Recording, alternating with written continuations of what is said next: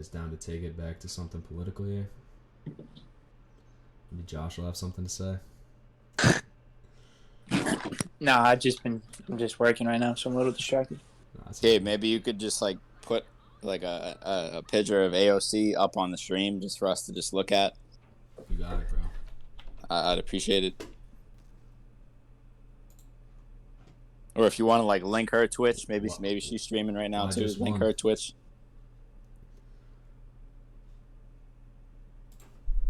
I wish you would stream more often. Dude, I think she's super hot. Like, no one ever talks about that, but I think she's so hot. I think people talk about it a lot. She's a total smoke, dude. Total smoke. Republicans have a huge hate boner for her. Absolutely fire, bro. Can you hear me? Like, I remember one time I was at work, like, not too long ago, and, like, a couple guys were, like, talking about AOC, and they were saying how, like, oh, when she was younger, like, she was so beautiful, and, like, I don't know what happened to her. And in my head, I was like, are these dudes serious? Have they even seen her? Like, she's still gorgeous. I don't know who you must be mistaking her for, because to me, she looks great. I think we should only allow beautiful women in the halls of power. I agree. I mean, you know who else I always think about? That's you my when I see her. ideology. Bro, I like it. I think that's a good basis to start from. Beautiful women. You know who it was that I always think of you when I see her on the TV when I'm at the gym, because she's been like talking a lot on like Fox News lately. Who was it, dude? It was the one that you were talking about it like during the election season last year. You were like, oh, I had high hopes. I think she was one of the candidates, but I think she dropped out like early on in the race. What was her name? Tulsi Gabbard. Yeah, her, dude. I think she was kind of cute too. Bro, low key. I'm so embarrassed, honestly, that I supported Why are you her. Embarrassed? She fell off so hard, dude. She's such a grifter now. She's not even in Congress anymore, so it's like, dude, why do I care about you? Did you think she was like hot though, a little bit? I thought she was attractive. Yeah. I mean, I want, like I said, I'm not even really, I'm half joking, but like at the same time, I'm kind of not. Like, more beautiful women in Congress and places of power. Let's have it. I don't know. I don't know. I feel like it's, like I've heard this before, that a lot of women say, I don't want to say feminist because it's not, I don't know if that's the right way to go, but okay, like a lot of women say, like, if, like, for example, okay, we're watching the fight, right? And in UFC, I don't know if you're familiar with these names, but this Paige Van Zant. Her name is Paige Van Zant. Okay. And if you look her up, like, she's definitely like really, really pretty girl for sure. And she was fighting this other girl, Michelle Watterson. The commentary table kept saying when they were gonna fight how like beautiful the both of them were. That was what they were talking about. And then a lot of girls like that watch the UFC, a lot of women will say, you know, I hear this argument, they'll say, you know, how come people are so focused on their looks and not on their like fighting ability? And I just feel like, isn't it like natural for the brain to, like, I feel like there's got to be a study out there somewhere that it's natural for the brain to gravitate towards people that you find attractive, whether whether male or female. Like, in either scenario, you're gonna like automatically be more interested in them just off the fact that you find them somewhat attractive for any reason. So like, I guess for me, and maybe this is different for other people, I think I find a lot of attractive in how a person presents themselves too, not just base aesthetic features. So like someone like Tommy Loren, who like I'm sure a lot of people would consider attractive, is just so fucking hideous to me. Like, she just looks like a fucking melted Barbie doll. But like AOC I only would call her beautiful because I think she's like a good person too, and I think she's like, the way she presents herself is attractive. So I think there is a difference in that, and especially maybe in a fighting sport where some of the best women fighters in the world are not traditionally attractive. Maybe people are a little more sensitive to that because it really has nothing to do with the sport that they're being judged on. And to be fair, like the traditional what people consider attractive is actually kind of a disadvantage in the fighting game, where you kind of want to be more muscular, more thick built, more square, and those things are not going to make you traditionally attractive to people. So that would be my only like pushback on that, why people might be sensitive about it. But I think I agree with you on premise that like I don't think it should be considered an insult to refer to women as beautiful. I think you should refer to men as beautiful. I mean, have you heard how women talk about men sometimes? Like they do a lot of the same thing, and that's fine. You know, it's just being right, human. and that's the way that I just feel like it's kind of a weird thing, you know, because I think there's like an extreme. There's an extreme there. Like there's ways to acknowledge the fact that somebody is attractive, versus like taking it like way over the top and just like saying, like, grab her by the pussy. You know what I mean? Yeah. Like I feel like something like there's a difference. You know what I mean? Yeah. I feel like that. But it's not an exact difference. There's no exact line in the sand you can draw. Like, this is okay, this isn't. It definitely is, like, different people are going to feel different ways about those kind of things. I just think that it's, like, sometimes I hear a lot of women, like, getting almost offended by the fact that, like, men are acknowledging their looks. And it just seems, like, strange to me, you know, because it's, like, what am I supposed to do? You know what I mean? Like, I feel like we all analyze each other, and some of us are just more vocal about like our analysis than others. Like some want to talk about it, some want to voice what they're thinking about that person, and some don't. If it's offensive to where it's like, oh, he said something and it's like making me uncomfortable, like if it was something that was already, you know, you probably shouldn't have said that. Like I think it's kind of, to me, it's clear what those things are. But different people are going to feel different ways about things, and to an extent you should respect that. If someone's getting ridiculous, yeah, that can happen, and maybe they should be called out on that. You know, if you can't be, if you're in an office working with people, you can't also be so hypersensitive that people are afraid like where to put their eyes. Like obviously there is a line there that, you know, like looking at your female coworkers is allowed, like as long as you're not being a fucking weirdo, but like, you know, while you're talking to them or something. But also I can see why if you're a woman, like it doesn't exactly feel good if people are just talking about how you look all the time when you're in an environment that has nothing to do with how you look, you know? Right, yeah, I can see that. Yeah, I can see that. It's just about having the lines of communication and making people feel safe to communicate how they're feeling, and be honest about it. And when outlier cases occur, you have to handle those as they come. If someone is taking it too far, just being like overly sensitive to a point that's actually oppressive to other people who are doing nothing, you know, yeah, that's something you have to deal with too. But I think it can be dealt with. Like, you know, some of those things are like, if you work in an office, like I haven't worked in an office in a while, but if I was like working in an office setting, like those things are like, I mean, it's not just about me, but just in general, like I can definitely sympathize with like the office etiquette, like all, you know, there's obvious like professional like etiquette, you know, anywhere, not even in the office, but just and just treating people like humans too, like just being around other people and just not being like, I like, that's another thing. I feel like what's over the top is kind of like, to me, is a lot of these things are just kind of like obvious, like okay, obviously I'm not gonna like look at that person that way, like I'm gonna like I'm gonna talk to them like they're anybody.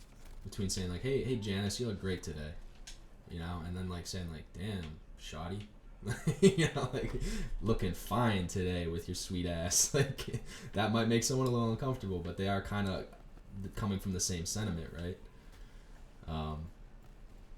But yeah, I think it's the line is blurry, but you can make those distinctions, and people are probably going to make the wrong ones sometimes, but that's okay too. It's just about, again, like just making everyone feel like they can communicate how they're feeling in a way that isn't oppressive to other people. At least, you know, you can't have people being allowed to just like shout like, you dumb bitch, I was trying to call you pretty. But like, not that yeah, I mean, it's, you know, this kind of ties into something that I was like listening to this like Instagram live conversation that a couple people were having the other day, like one male, one female, and they were talking about how so the male, it's hard for me to like break down like what they were saying was like a very like multi-layered conversation. There was a lot of like stuff that they were talking about, but the main point was like the way males depict females and the way females depict males. And for example, like they were saying like how like from the male perspective there, it seemed like they were kind of saying like if like in the music industry, the way that there's a lot of popular female artists. I'll put it as vague as that. I think that's a good thing. There's a lot of popular female artists in the way, and this happens on both sides. There's a lot of popular female artists that push like a particular like agenda and like way of being that has I believe a huge, like it has a ton of influence on like the female population because they like those artists, and that happens with male artists too, but in different ways, because the things they're talking about are they idolize that person to the extent they idolize that artist to the point where the things they're saying are are such an influence to them, and they start thinking about life in that way, and their behavior changes towards different things based on what that artist is the agenda they're pushing in their music. So and what the female so the female said, one said to the other, they said, well, why should you, because he was like, oh, I'm he's talking about like gender roles, he's talking about like roles in the household, and how come women act like this, or how come women get mad at me when I bring up these things, like when I bring up the way you're acting, this behavior, but they don't, they get mad at me for pointing that out, but they don't get mad at like these really popular artists that they idolize their music, who are pushing the same behavior. You following what I'm saying? I'm gonna need more specifics for sure. I can't. I was trying not to name names. But I mean, name names, bro. What are we? No, I got you. So this is what happened. So the two that we're talking, you probably wouldn't know who they are, but I watched battle rap. One of them, his name is ayeverb. I don't know if you know who that is, but he's like probably, I mean, to my standard, like the best battle rapper in the world right now. And then the other one was this. Her name is Lady Luck, and she was a popular female battle rapper like years ago. I'm not as familiar with her, but she was big at a certain time too. So the two of them were talking about these things, and ayeverb always, a lot of the things he talks about on his Instagram. He goes on Instagram lives and he's talking with a lot of different, he has different girls come on that he knows, and they talk about a lot of these issues, a lot of gender role stuff, a lot of men act this way because women do this, women will have this attitude because you guys act like men act like this, like a lot of those kind of like back and forths. And so ayeverb was saying, he pointed out, he said, if I bring up the fact that you're it's hard to go into it without like me getting looked at sideways. You're feeding. I need the information if I'm gonna have anything to say on this. Like, so just represent how he said it as best you can. So, because I'm trying to remember all of it too, but okay. Basically he was like, how can you be mad at me acknowledging your behavior? Like, say, a lot of in music, right? The music industry pushes a lot of ideas that are toxic to our communities. Like the terminology that gets thrown around and like the attitudes that are like used in music today is like, admittedly, really bad. A lot of these things, and I mean, and to me, I mean, that's part of the reason why I kind of steered away from rap music, because I felt like a lot of the things that I kind of grew out of a lot of like the talking points or the rapping points in a lot of these songs. The agenda they were pushing was just things that I couldn't get hip to. And for nowadays, he said, how come, Averb said to her, how come you would like check me for talking about this, but you wouldn't say that to Cardi or Megan. So what is Cardi? What does he think Cardi and Megan are pushing that's toxic and harmful? So I believe I'm gonna have to run it back to be able to. Well, so you said you kind of agree though. So do you think what they push is toxic and harmful? I mean, okay. So, I mean, I don't think it's great because it's. I understand, like, expressing like everybody expressing their sexuality, but at the same time, I feel like when it's done to like a certain extent, it's almost like you're disregarding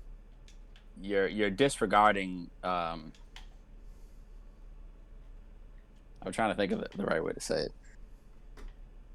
I think it promotes. I think a lot of it they promote. I'll say this, in the early 2000s, a lot of the music videos, like, we talked about this before, like MTV used to play music videos all day, and like VH1 used to play music videos all day.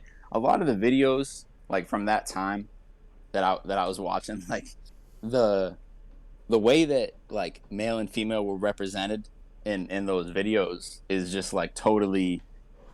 It's kind of bizarre. Like when if you like look back at it, I mean, even some today. I don't really watch as many music videos now, but it's you have all these video girls in the video. Like it's the way a lot of these songs were talking about women. They were very much very much undermined women, very much like undervalued. They kind of trying to think of that right word. Degraded. I feel like degraded is a appropriate word to use. A lot of the music videos from years past, and even some still today, it degrades women a lot. And male artists, a lot of their a lot of their bars, they talk down on women, or it objectifies. I feel like they objectify women in a lot of ways. A lot of male artists do, specifically hip hop music, rap music. I feel like they degrade women a lot. But at the same time, what has started to happen nowadays, and I don't know how much this was happening when I was younger. I mean, I can't think of too many super prominent examples of this, but when you look at artists like Cardi B and Megan Thee Stallion, the way that they're writing their bars and the way that they're influencing women today, I feel like is like if you were making the argument that I just made, music videos like from early 2000s, a lot of the way that that women were depicted in these hip hop and rap music videos was very degrading to women. They very much objectified women. They it kind of exploited their bodies, and it didn't really represent them in a super positive light to me. But at the same time, if you were making that argument, but then you were also, if the person making that argument is also now a super fan of artists like Cardi B and Megan Thee Stallion, and you're listening to their bars and you're influenced by what they're saying, I feel like it's kind of backwards. I feel What like do you it's. think they're saying? Well, I feel like they're pushing. I feel like they're pushing an agenda that you're. I feel like the artists like that, they influencing women to. I mean, there's a lot of they call body positivity, which is great, but at the same time, it's you're rapping about using your bodies to get money, using your bodies to use men, or we don't need men because we can get a bag from doing this, XYZ. There's a lot of that in it, and a lot of the lyrics degrades men. So okay, now I'll let you finish your thought, and then I'll go. So what I'm just saying is that I feel like those those two sides they're on opposite sides. So I feel like what was happening in the early 2000s with the way women were depicted in music videos, I feel like they were degrading women, and maybe still, there are music videos that they're still doing that today. And now it's happening in the opposite sense. So I feel like it's maybe not in the exact same way, but I feel like it's pushing against the grain with that, and it's kind of saying, okay, the same people that were offended by this at this time, and they weren't maybe super comfortable with this, in 2005, are now, those videos are being put to lyrics. The women are kind of it almost seems like the women are kind of taking their power back. Yeah, okay. It You does. said exactly what I would have said. Yeah. Right. So that's good, right? That point is good. It's almost like women are taking their power back, which I don't have a problem with that. I think that's the positive of it. But at the same time, the way that I feel like the way that their lyrics are influencing women to think about themselves is devaluing. It's kind of like it's not assessing their total value, because a lot of it is, a lot of this music is not, we say that people have a lot more to them. Like we were just saying before, like, there's a lot more to somebody than their looks, the way that they present themselves, etc. I feel like the way that they're writing their bars, the things that they're saying, I feel like is devaluing women. And the women that are fans of those people wouldn't, maybe didn't like the music videos that men were making and the way they were representing women. So it almost seems like, these Cardi B, Megan Thee Stallion, they're bringing themselves back into that same box of representation and saying, here we are, like, this is dope. This is what's cool again. We're gonna be this way, and women are on board with that. I think there's a lot there. I think for me, the way I see it is that objectively, women's bodies do have a lot of value. People will pay a lot of money for women's bodies, or even just glimpses of women's bodies. And I think you can argue the morality of that all day, sure, and people do, and that's a different debate. But I think that the Cardi B, Megan Thee Stallion idea is that these women are now shifting the narrative. Someone who would have been a background dancer in a rap video in the early 2000s is now giving their side of the story and owning it too, and owning the fact that yes, people like the way I look and will pay money because I look like this, and that's my power. I don't have, we live in a very patriarchal society. Women don't have much power, although that's starting to change, and that's a good Pussy thing. power, baby. Yeah, but this is one way in which a woman can reclaim power. I mean, especially you want to go back to the 2000s, you take someone like Britney Spears. I've heard horror stories of her career because she was basically just used and abused by this business and had no agency, had no autonomy, even though they were still basically, it's not like she was very talented, she was a good dancer, sure, that's a talent, but it's like, she didn't write her music and she didn't even really sing it all that well, but she was a pretty little blonde girl that they could market around and whore out, and she didn't even get to see a lot of the dividends from that. So Cardi is part of this new narrative of, yeah, we still do that because there's still a market and there's money to be made and money's king, so I'm gonna make that money. And I think a lot of I don't know about this guy you're talking about, but a lot of the people who rail against people like Cardi B and Megan weren't always there when that still was going around in the 2000s. They didn't care. They would use it to say that rap is bad, but that's about it. I don't know. I'm not a fan of Cardi B. I also think she's very corporate, which brings in a whole other aspect to the debate. I don't think she's as independent as she likes to make herself seem, or her message is selling. But her origins are authentic. She started from pretty much nothing and has made quite a career for herself. So, I don't know. I'm not going to be listening to Cardi B, but I'm also not going to virtue signal that she's like harmful to society on the whole, when I think there's a lot bigger problems out there. Yeah, for sure. And that's like I was just like scrolling through his profile, and like I wish that because I think they did like an Instagram live, and like a lot of the stuff that they were saying, I wish I could link you to it, because like I thought he would have posted it on his page too, like his actual Instagram page where you like have everything's archived, but maybe they only did like that one off and it's gone. But What's his name? I wish I could record it on YouTube. What was that? What's his name? So I'm gonna pull up his exact handle. His Instagram.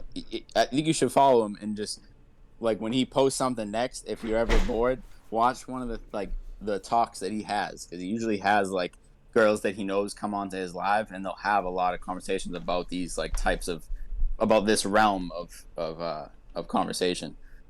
His name is The Real Averb. So AYE. So The Real Averb, all lowercase. If a command, control your man. Your daughter is watching her ignorant mother. Averb, heartbroken. A man cannot make you cheat. Where are you reading this from? Averb versus Lady Luck gets heated. Oh, where do you see that? That's the one that I was talking about. Yeah, I'm gonna put it through Discord. Oh yeah, no, you should play that from. I hope that like plays it from when they first got on, because like I didn't watch the whole thing, but we'll see what we can find here. All right. Where do you see that? Because like there was certain things that they said in here that I thought were worth talking about. A man he's at risk most of the time, because a woman can be very deceptive, like a motherfucker. You know that. A woman can be very, very deceptive. Like, let me give you an example. Have you ever went into the jungle and you saw a lion conversating with a turtle? No, they don't speak the same. Okay, well, I'm just saying, let's just think about it. How many videos do you see a lion standing over a turtle trying to communicate? What is he trying to say? Because they don't speak the same language. You don't see a bird talking to a dove. You don't. People talk to what their own people. So in the story of Adam and Eve, why did the snake try to get in Eve's head to get the man to do what he wanted to do? Can you answer that for me? What are we talking about here, bro? In Avengers Endgame, when Tony Stark decided to snap the house away, do you think that means that women should not be able to vote? Why I can't say, why I can't say, why I can't say, bitch, get rid of the apple? Hey, okay, well, let me ask you this. Let me ask you this. Why did the snake feel comfortable talking to the woman to get the man to bite the apple? God, what is this? She's second in command. Okay, but look. Command. You the leader. All right, so look. You the leader. So look. Okay, so look. Okay. The reason why the snake didn't approach the man, because he wouldn't have went for it. That's why. Exactly. Oh, okay. He wouldn't have went for it. Right. So you should have been there to protect your woman, Adam. Where the fuck was you at? Okay, so this look. wasn't the part. Adam? This was definitely not the Where the part. fuck was you at? You know what Why Adam you was doing? Tell your bitch, Ike. But you'll make her eat the cake, but you won't make her not eat the apple. Great Come stuff. on, Thank you Ike. for showing me this. Okay, This is look, I want to watch more of though, this. you still ain't Where do we answered the find question. more? Why do you It's think only the like 2 snake minutes. saw? 3 Why minutes. do you think the snake saw? Wait, what's the one at the top right? Lady Debate debate clips? All right. Well, Let's click that too, because there's other ones I want actually, you to. You know, when in war, it doesn't make you a coward if you stand down. Sometimes you just outmatched. So we're at war. We're having a great debate. Hey, Verb, listen. I called you. Mm-hmm. I called you. I wanted to do this. That's right. So it's no standing down. I wanted to have a great debate with you. I wanted to have a discussion with you. Let's do it. Because I see the things that you say about our black women. Yep, this is the part. This is the part. And in your defense, Josh? we spoke about it. In your defense, Yep, you said, I'm here. well, look, You wanna listen in, or? videos where I am the stream? speaking, Discord. positively about women. But what I had explained yeah. from the last time is, Verb, that's not the ones Alright, I let me see. run that back. I didn't hear. It's not your fault, but what video? Do it. Because So- I see the things that you say about our black women. This is the part, Gabe. This is the Scrolling, one that I'm and in talking your about. defense, Alright, we let's get spoke it. about it. In your defense, you say, well, look, I do have videos where I am speaking, positively about Wait, women. Gabe, pause it for But 1 what I second. explained to you, So just a little bit of background, because it kind of probably seems like, Yeah, why did because you where call you in? Why she had something. yeah, so where you haven't like followed him, or you probably didn't even know who he was until I told you. But to give background on that, so like in the last like year or so, I feel like he's gotten very like he started to be more vocal about like a lot of like these Cultural issues, like issues. right, yeah, these cultural, like, you know, what men do, what women do, the roles that they have, and things like that. He's become more vocal about that, and she has commented on his post, and like where she's a bigger name, like a lot of people can comment, and like he probably, you know, it gets overlooked because I mean I don't know who he responds to, but clearly he felt that he needed to respond to her because if she says something on his comments, like she's a big enough, you know, she has enough followers, like she's verified to where it's like, you know, if she comments and says like, oh, you know, what you're saying is disrespectful or this isn't right or you're wrong, like I think he felt like he wanted to go on live and like have a debate with her, but she also I guess messaged him because she had commented a couple times, and I think he, you know, commented back with, you know, some things that maybe she didn't like. So then, you know, I guess she's saying here like, oh, I was the one that messaged you to say we should get on live and have a conversation about some of the stuff that you've been posting about, you know, and that you've been talking with other women about, and I don't like the things that you're saying and how you're representing us. But yeah, so that's kind of the background of what they're saying now. Okay. What's that? I think so. From the last time is verb. That's not the ones I see. And it's not your fault. It's not my fault. It's the algorithm. Again, the other morning, it's like 8 o'clock, 9 o'clock in the morning, and the first thing I see from ayeverb, and in your defense, you could have posted that 11 p.m. last night. But when a woman across the country who's going through quarantine, she by herself, she might like you as a battle rapper. Some of them might find you attractive. You know, the first thing they hear in they ear gates in the morning is how they ain't shit. Okay, so let me ask you a question. Did you say this shit to Megan or Nikki? Oh. Bald-headed hoes? No, did you say Bald-headed anything to hoes. Nikki or Megan? Because he said that. He said that. Oh, he said that. Oh, yeah, okay, he said she was he shading them. I was like, holy shit! All right. No. He No said that on his caption. Okay, that makes more sense. Okay. Then so now this is kind of like where I kind of had some of that where I brought them up was derived from me watching this clip, and made me think about it. But yeah, that's what she's bringing up. He captioned that, so then she misquoted it because he didn't say exactly. She said certain words like, "Oh, you said this." He wrote it differently, but anyways, that's that. Okay. So I thought that was her throwing shade right there, and I was like, okay. No. She was saying, "Oh, this is how you regarded that us." makes a lot more sense. Okay. Because he referred to women that in a caption. So Who tells our women to take advantage of black men, take their money, and go on to the next nigga? Did you explain it to them? See, that's the thing. See, the fun part is this. It starts there. They're the loudest voice in the world. So if they're taking their vibration and putting it to the women, see, this is what the thing that people don't understand. Those are the things we got to deal with. I've seen you with Nikki. I've seen you with you. Did you whisper that to them? Did you whisper that to them and say, hey, listen, y'all are beating down the men that got to protect us? That conversation never came up. Now it's still my turn. Wait, no, before you go. Am I? No. See, here go the thing. You're targeting I'm something. emotional, but that's the only point you're bringing up. Okay, but look. Points, and you're like, look, you in the comments. I said, brother, I apologize. I was okay, wrong. but look. What's another point? But look, this is the second time you cut me off, and I ain't cut you off once. What? This is the second time, because you don't want to hear it. If it's not something you agree with, you don't want to hear it. That's the second time. That okay, you got the floor. I'm silent. I just let you rock. I get the floor, and you boom, you shoot it in the head. So that means right now you ain't even listening to me. So you're not on the same mission. It can't be the same mission because you're not trying to. You're not trying to hear my dialogue at all or what I'm saying. That's what it is. You're not trying to hear what the man is saying. You want to hear. You want to hear. I want to hear what you're trying to say. But what you doing? I want to hear what you're trying to say. Yeah, but see, I ain't even got into my round. If you done cut me off, you don't know. You know where I'm going. Okay, well, look, can I mute it? Right. Go ahead. No. See, listen. I want you to keep it on because you should have control. You don't need to have to mute anything. Self-control, just like I have. Okay. Now, if you don't have self-control, I don't know what to tell you. But I don't have to mute mine. I just listen, and I understand every point that you say.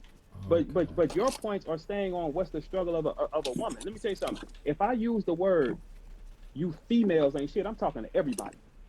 Everybody with a vagina. Okay. I say bitches and hoes. Those are 3 different species. Whichever one fits you, you pick that. Okay, if you come in the room and say you soft ass niggas right here, I ain't no soft ass nigga, so therefore you ain't talking to me. Bro? My day gonna keep moving.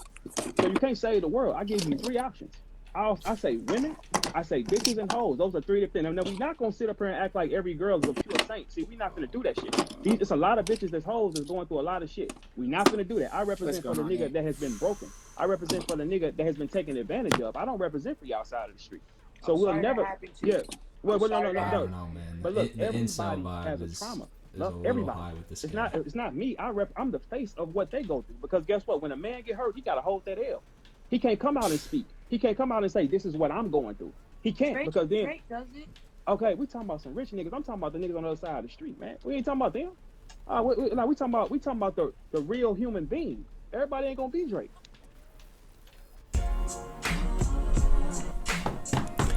Hey. Is that it? Is that an ad? Nah, that's the next video. The video ended. Well, What's causing the Oh, that was I the end want- of it? Yeah, I want more, bro. Cause like, I mean, to address what he's first of all, like, I hate people who like. It's alright to say like, hey, don't interrupt me, but like, then don't like spend another like couple minutes talking about how you just don't have respect. You don't want to say like, all right, dude, it's over. Just get your fucking point. Yeah, right. That's kind of like a lazy debate tactic, but Yeah, I get it. I'm just getting strong incel vibes from this guy. Like, a woman hurt him, bro. Like, I'm sorry, that sucks, but to say like all women are shit, like, look, men are fucking shit too, bro. Like, humans are shit. We all have that equal capability. It's just the way women can function as pieces of shit in society is definitely different than the way like men who are pieces of shit can function in society. Well, Women- I mean, the thing that I get from him, like from watching the things that he says, is like just like both men and women just taking the same level of like accountability for their behavior. Like that's like the theme that I've seen him put across like a number of times, where I was like, okay, I'm in agreement with that, with both men and women taking accountability for their like consistent behavior. Okay, like so that. why is he taking accountability for women? Why does he get to speak on women's issues? Why does he get to criticize women as a whole? If he should just be taking account for his own issues and what men do in the world, why is he out here like spreading negativity around women? Like she said, you know, what if he has female fans? Are they all pieces of shit? Well, yeah. So I mean, she said that. I'm not. And he's trying to separate it. Oh, you know, it's women and bitches and hoes are three different species. But it's like, RC, you get to decide who the bitches and hoes are. Like, as a man, you get to decide that. Like, yeah. So he's definitely, highly offensive with the way that he, and that's the reason why, she was commenting on this. Why Lady Luck was commenting on a lot of his posts and saying I don't like the way that you're, you know, she was like, you get your highest views, and that's why I wanted you to watch this, because they get into that after exactly what you're saying is, you know, she's like, you get your highest views, like she's like, I don't see any of the good posts, because he was like, oh yeah, you see me, he was like, you see me praising women in a lot of posts, but he's like, the ones that, you know, I am praising women, I never hear anything from you. Like, you're never putting in your 2 cents when I'm saying really good things about you. And he was like, but you comment, like, you have something to say on the ones when I'm criticizing you. but And that was what they get into after. I would imagine that most of his like compliments to women are kind of like low-key disses too, like venerating his ideal version of what women should be, at the expense of anyone who doesn't meet that standard that he's arbitrarily set in his moral view of the world. That's based on, I mean, I think I can't think of exact things that he said, because I don't even follow as closely as he as some of these other people that view all this stuff. But so I think a good portion of it is his own perception of what things should be like, for sure. A lot of his opinions are definitely highly offensive, like, this is the way that I think, you know, you should treat me, and that's what it should be. I think a large portion of it is that. So I'm not saying that that's right or that that's not a thing. It is, but at the same time, like, he does present a lot of examples of like situations that I've seen before. So when he does that, I'm like, okay, I can relate to the story that you're telling because I've seen this happen many times. Yeah. So that's the point. I think it's combined because it's what you said, like it's his ideology of what a woman should treat him like, and what a wife should be like, or whatever. Because those are things that he talks about. He's talking about like how a housewife should be, or what her, what a day might be like, or what a man's work day is like when he comes home. Like he talks about. Yeah, he talks about those scenarios a lot. He's like, once I come home from a day of work, like, XYZ, this is what happens. When they live up to his expectations and standards. That's so really that's a compliment, like if you're, it's not like coming from a place of, I just genuinely respect what you're doing. It's coming from, I need to compliment this so that way the bitch learns that this is what you should do and it's not what you shouldn't do. I have to teach them because they're so fucking stupid and useless. So like, it's me, my job as a man to set the expectations of what a woman should be. That's what I mean. I've literally seen 6 minutes of this man's content, and I already can kind of tell that's the route he's going. Like that's what these guys do. I gotta find another one. Josh, what the fuck's going on with GameStop? Dude, facts. I was just about to mention that, dude. I don't know what the fuck's going on. It's up 200% all of a sudden. Dude, this is fucked, dude. So okay, I'm back to my initial feeling. I was like, when I first heard of GameStop, I was like, fuck, dude, this is like some 1920s market manipulation nonsense that led up to the Great Depression. And then everyone was saying, oh no, this is so good. This is the people taking back money from the hedge funds. This is like the people's revolution in the market. And then I was like, oh, okay. Dude, so even AMC too, dude. Like all those fucking stocks are skyrocketing.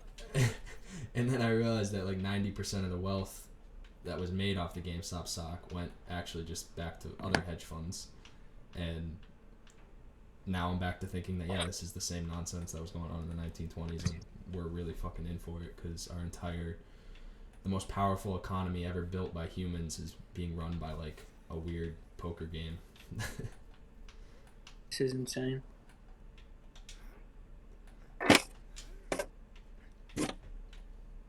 Like people literally just made millions of dollars in like 5 minutes.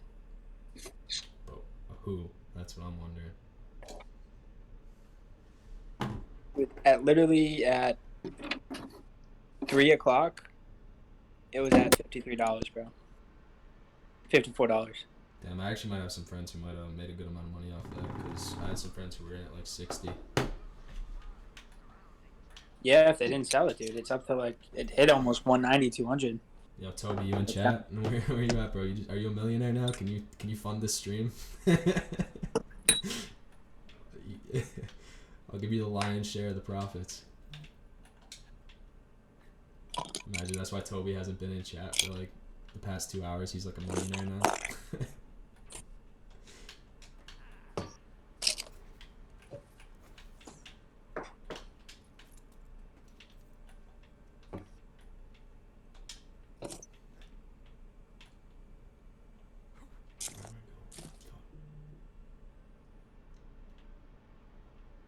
I'm gonna be jumping every time my phone buzzes now.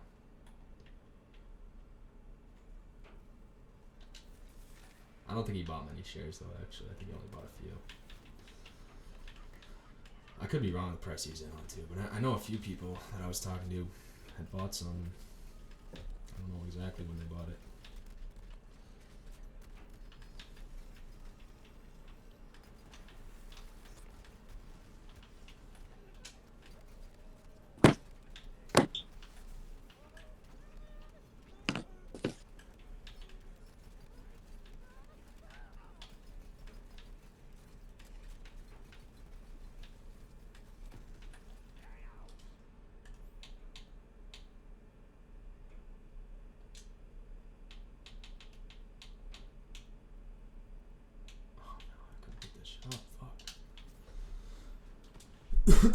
You find another video?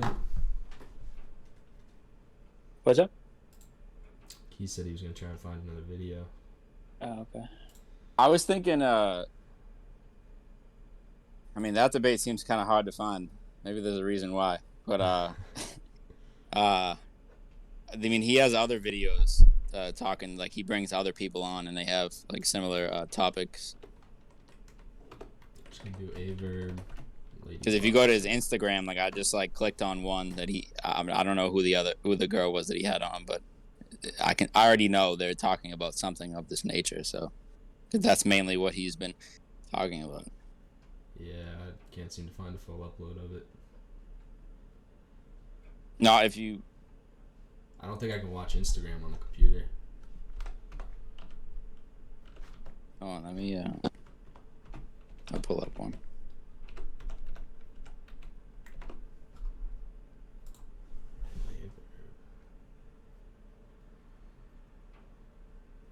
What does he have, like the videos or whatever?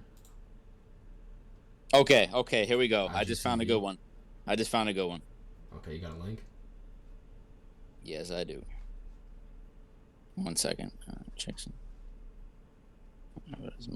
I'm just trying to like go through and like make sure this is gonna be like probably the best option to watch. All right, so this one's actually kind of interesting because it's it says averb live with Tori Hart, Kevin Hart's ex-wife.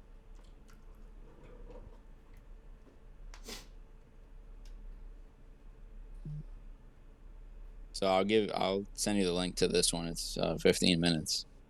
You gonna send it on Discord or Twitch chat? Second.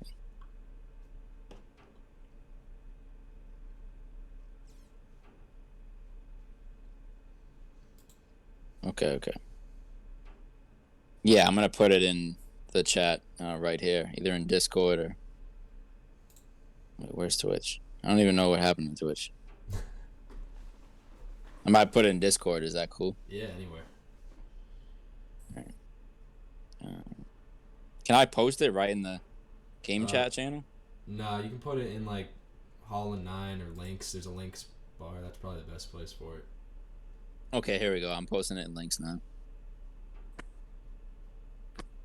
So yeah, this one is one that he had with Kevin Hart's ex-wife, which is interesting. I didn't even know that. To me, right now what you're doing is you are gaslighting, and you are putting how you feel on everybody.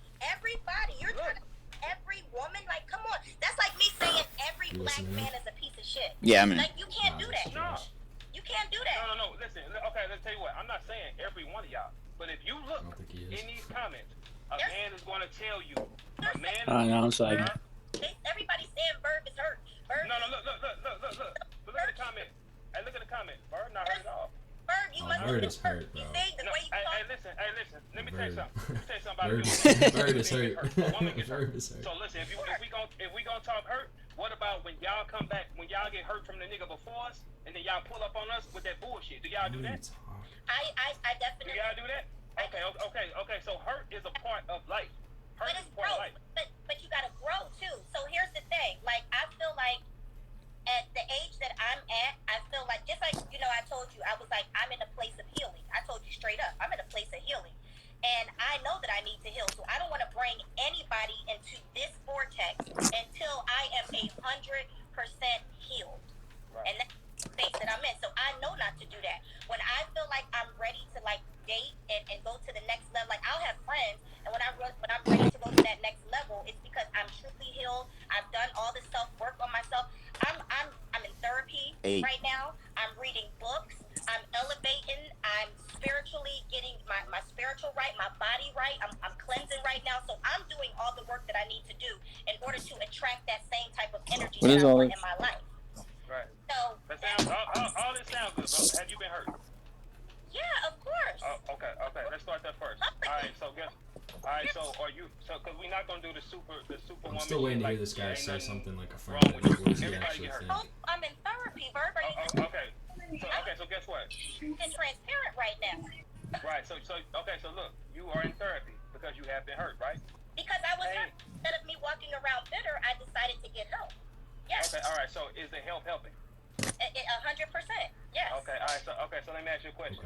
Okay. If the man that hurt you, your new man does anything that resembles that, do you get attitude? Come on, we're not gonna do this shit. We're not gonna do that. Come on.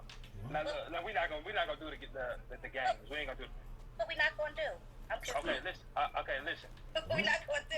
Listen, the man that hurt you, whatever man that hurt you, right? if you get a new man and he starts moving like the old one, do you get hurt again? Well, I start to see what is happening. This is why I said, because if you are telling me one thing from the beginning, but then you start to move differently, then that's a problem. That's Just just moving like if stuff I tell you, downstairs. for instance, if I tell you, No, I'm good. okay, I 4 days bought out of it. the week, this is I the got a agreement we bunch have of at the boxes. beginning of the I'm just relationship, moving right? little stuff. And I tell you I'm gonna do something 4 days out BJ's. of the week, and then all of a They're sudden like 10, I 15 switch up bucks. on you, and I'm like, nah, I ain't doing that shit no more. Emptying out, Like, stuff I don't we need need. to have a conversation about that. We need to communicate, because now I'm moving differently. You know what I'm saying? So I can't keep if I do something which made you want to make me your girl. Yeah, and I'm not focusing on that. I just want to get stuff down there. That's an issue. I'll be It's throwing just like stuff away if I too. make you my man and you tell me you're gonna do something and then you don't, then Yeah. you're moving It's differently. okay, don't worry. And we have some issues that we need to deal with, because that's why we came together. Because at the end of the day, I'm sure you don't need a woman. I don't need a man. So if we're coming together to build and be united, and let's make some shit pop. So if we're not doing, then why did we get together in the first place if we're not going to both hold up our end of the agreement? That's how I feel. Is the man always wrong, Tori? No, not at all. No. Now let's ask this question to the men that's watching. Do women always feel like they're right at all times? Not at all times. Oh, are you for real? Okay, so look, wait. Not at all. Hold on. Okay, so hold on. So a woman don't feel like she's always right. Now we're not gonna do that. See, this is the unhuman part, right here. Like a woman, y'all are sick. Like this shit is driving me up the wall, because it's like this is not. You know for a fact this is some fake shit. You know for a fact that. I just told you not all the time. I can only speak from my experience. I follow what don't he's saying feel on like that, I'm though. right all the time. Do I feel like I'm right a lot of the time? Yes, but all the time, no. Okay, so let's. Yeah, I definitely follow what he's saying with that. What, that women think they're right all the time? Let's ask that. Yeah. I can't speak for nobody but myself. I said most. All I said was most. I mean, men don't do I'm that. not in their business. Men are constantly doubting themselves. It doesn't make sense. I can't I mean, speak for but other women. I can't. what I'm saying is, like, me. women have to be right in the end. You've never heard a man Like say women that's all about yes. Well, what I've seen in my experience, care what yes, that man they is saying. have to be. But don't men too, though? No, Like, but he are cannot you saying speak men for just give other up? women. This is the thing with men. Well, they have to, because that's the only way that things can It's get men in resolved. relationships that always have to be But I'm gonna tell you right strong. See, I think Josh probably knows that. He's Instagram married. Live. What are you talking about? Let me tell you, you're not being real, Tori. You're I not don't being know. real. I mean, You're not like- being I'm real. saying what I've seen in my experience with like situations like that and like relationships I have, like I have to at some point give up and just say you're right. I have to like side with her. Well, you choose to do that, but you don't actually think you're not right, right? Like, you think you're right still. Yeah, there's been many times where I thought I was right, but like she's not gonna accept that until Okay. I accept that she's right, you know. So in my head, I kind of have to. I mean, you could Yeah, of twist it course the I other still way. think. Yeah, of course I still. There's been many arguments like that I've had with like girls I dated, or even like seeing like my dad have arguments like with girls he's dated, and like times where I'm like, okay, I know he feels he's right, or I felt I was right, but I've seen like both of us have to stand down for the conflict to be resolved, quote unquote, because the woman will not accept that they're wrong. They won't stand down. They want you to.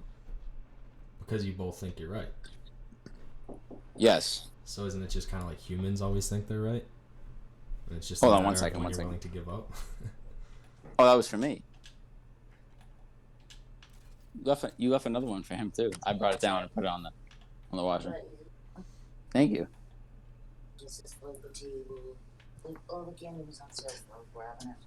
Thank you.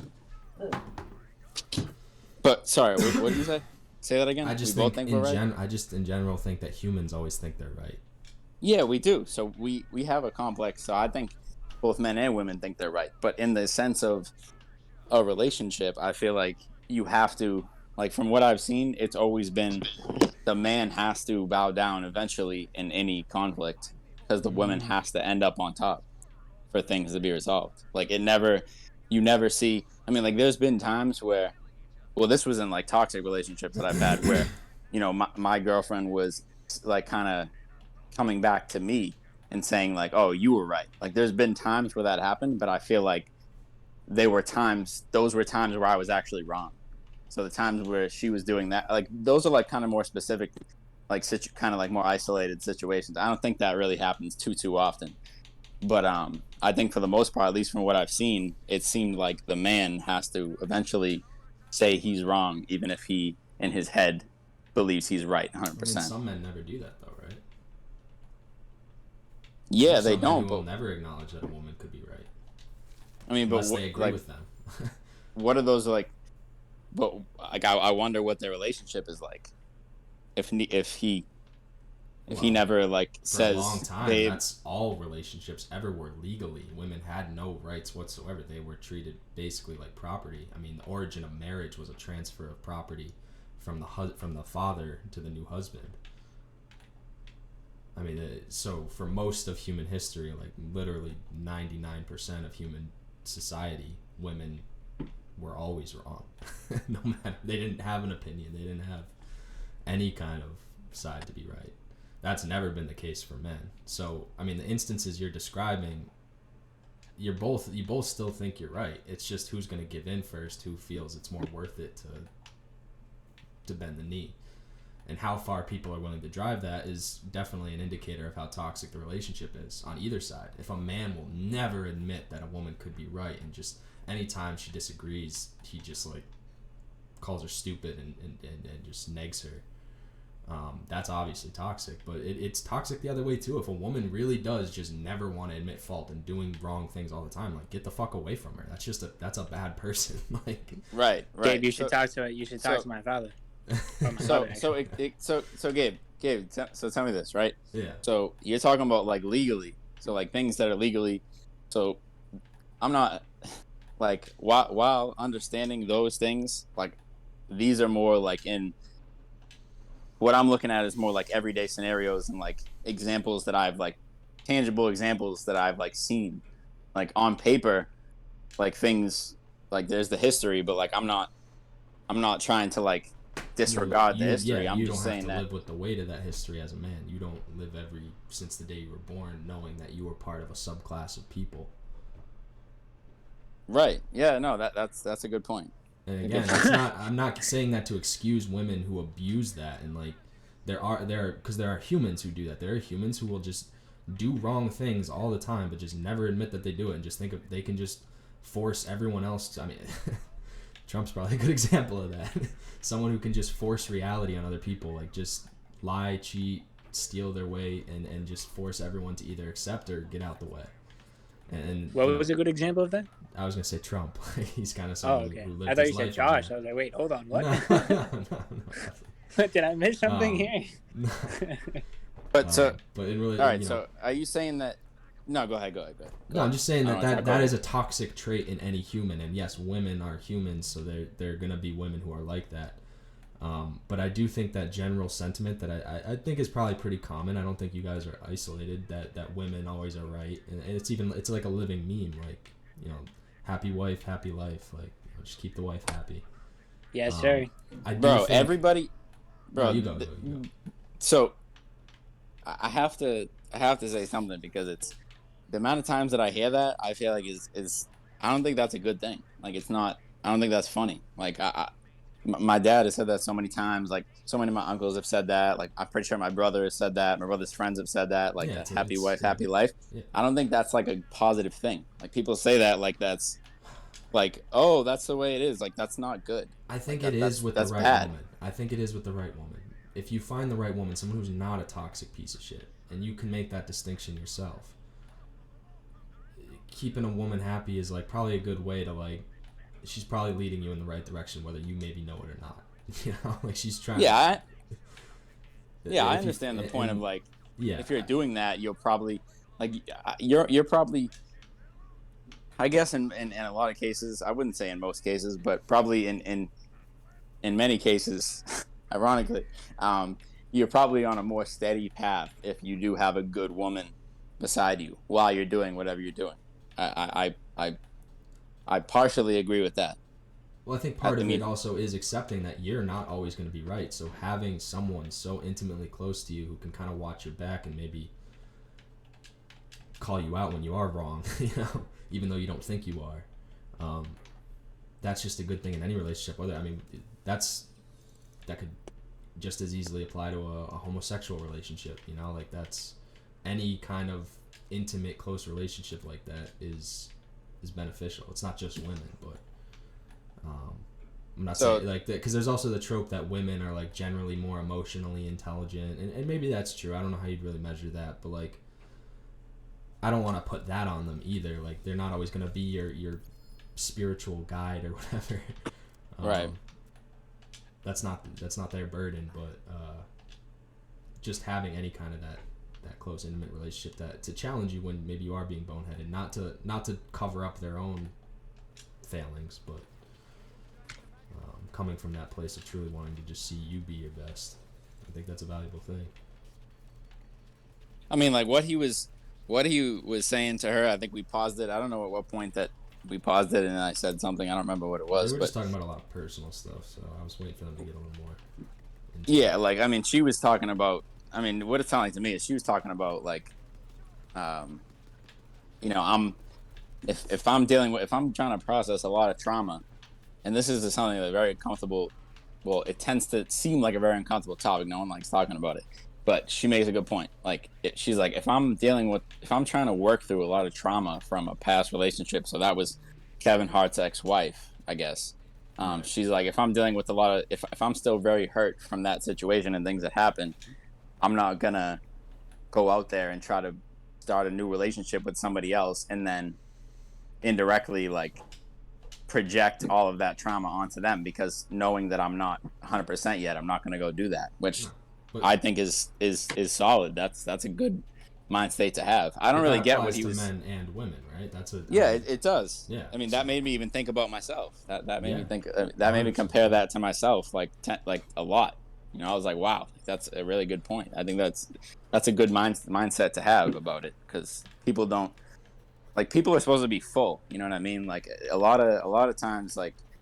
There's a lot of like consensus out there and like ideas where people say two halves of a whole, you're two wholes kind of thing. Yes, exactly. That's like word for word what I was gonna say. Yeah. Like valid. You're not supposed to be half a person and then find your other half. Like people say your other half, but like it's not supposed to be taken literally. Like where you're just you have half a heart and they have half a heart. Like you're supposed to come. Like I mean, ideally, you I would think you want to come together with somebody when you're both like fully healed and like you're not, you know, going through like a lot of pain. Like you want to be 100%, like you both are 100%, and then you come together, like not being two broken people who just came together and you related off of your pain. Like that's not, I mean, those can be good things, but at the same time, like I feel like in the long term it's not a good thing. Yeah, it's a big wild world, right? It's all relative. There's going to be outlier cases, but I think yes, generally you're 100% correct there. I just didn't get what he was saying, because like he was like, oh, so if you're still, he basically was like, if you're still hurt from a past relationship or your past marriage, and then you are around a new man and he starts acting in similar, if he has similar traits to the person you were previously with, are you gonna be hurt by that? Like I feel like that's kind of like obvious. Like even if you've, I don't know. I mean, I don't really get what that was. I don't know what he was getting at there either. Yeah, I mean, yeah, I didn't really understand. This dude's definitely posing some spicy, controversial takes, and that's what we love on this stream. So, you said you are or you aren't gonna keep listening? I do want to keep listening. Yeah. Oh, I guess if you said we aren't gonna keep listening because it's like this is toxic, I feel you. I'm forcing you to. No, I want it.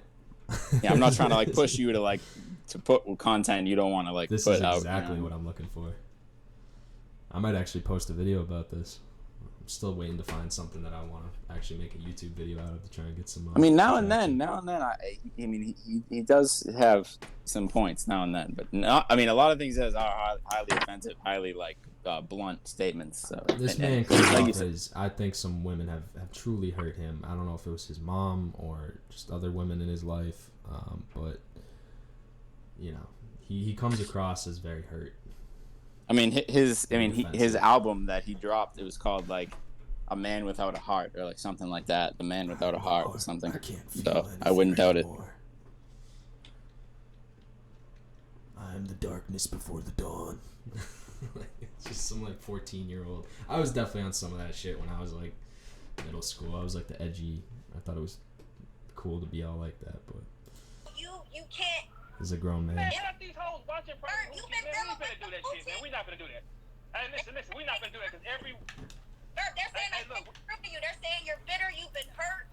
I'm like, No. Lost you, Josh. Hey, look, when you translate that, you know. No, what I'm that here, means? bro. I can't run that bullshit on him. That's all that You means. I listen? can't run that bullshit on him. You can't. Yeah, you what got you me. You don't have to, That's bro. all I'm it just is. making sure You if you cannot want to run. tune in. Okay, let me say something. You No, know, no, it's I in do. I'm between. just like still working here. I'm trying to like multitask, and I'm not too good at the listening aspect of working and listening. No, I'm that's not good, bro. running no bullshit on you right now. I'm really trying to tell you. I was straight gonna up, chime in on the happy wife, happy life thing though.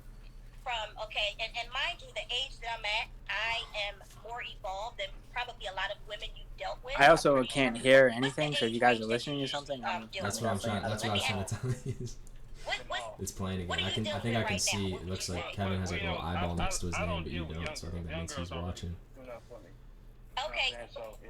How about now? Okay, so you probably dealt with some. Like, I women hit the who've watch been stream hurt. thing, but I don't You hear probably anything. dealt with women who You are can't hear not it? evolved. It's playing. It looks like Women you're who ain't watching. really been around and seen much. Oh, maybe I I'm just have the volume assuming. That's too all low. I can assume. Because I can tell you right now from Yeah, I my can barely hear perspective it. and where I'm coming I don't from know why. is I'm definitely doing things. Can you hear it, Kev? I'm in therapy and I love. Yeah, I can hear it. Because before I used to be Everything? embarrassed Fuck, to dude. say I don't it, know what's going on but there, you know man. now I'm like. It's definitely a little As quiet black for a people, YouTube video. we don't even do the things that we need to do to heal. How do you heal? You know, a lot of us don't even know. I have how to headphones heal plugged in because too, we don't have Josh. That could be tools why. that we need to get to the next Oh level. yeah, no, I don't have the headphones. I'm just trying to play it off my phone. Okay, if you need to, if you know you have some toxic traits, which I had a lot of. Nigga, I done burnt shit up. I had toxic traits. This is what I'm telling you.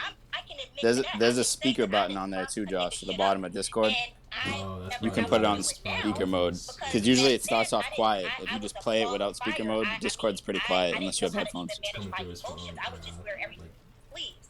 tell Yeah, me. see, I don't see I'm this even learning how to speakerphone take option. time out to get help for my anger issues.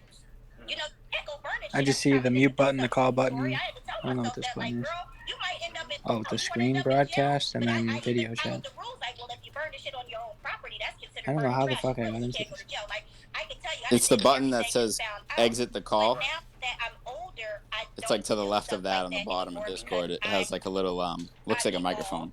I've Click been that, able it's on to say, you know speakers. what, I can't let nobody do this to me. You know, I can't let nobody get me this angry to where they making me turn into a different person. Right. You know, All right, how about that now? comes with healing, that comes with learning, and you know that comes with understanding. All right, this nigga may not be the nigga for you. Just leave. Leave. If a nigga getting you this upset, leave. That easy, yeah. I mean, and I'm being real. That's what I'm saying. You want raw, you want honesty. That's what I'm telling you. I'm but you know what? One thing I know about you though, you had a daddy, right? I did. I still do. Okay, so let me ask you a question. Don't you believe that a woman that love her father and a woman that don't love her father are gonna act like two different ways? We're not gonna play the game. Like somebody like I'm letting Getting this into the go, Oedipal but I shit. just want you to understand something. A woman that had a father and love and respect her father, and a woman that did not have her father and love and respect her father, the one that ain't had her father, she's not gonna respect me at all. Most of the time, she don't. Most of the time, she don't. See, this Most of the is time, she we're don't. getting into that territory of like, you know, trading the father for the new husband. So what is I have several girlfriends who didn't have dads and they're in committed relationships and they're doing great and they respect their man. So I honestly I don't know. You know, I can't once again I cannot speak for them and I can't speak for their experiences. But what I can say is I grew up with my father and there's been times that I've disrespected a man because I was being disrespected. And instead of me, you know, approaching the situation differently, I said, well, you know what? I'm going to do to him what he did to me. And that's not right either. You know, but that comes with growth too. So, you know, and I had a dad, but I still was being disrespectful. So that's why I'm saying. But you still have respect and a fear for your father, though. You have a different love for him, right?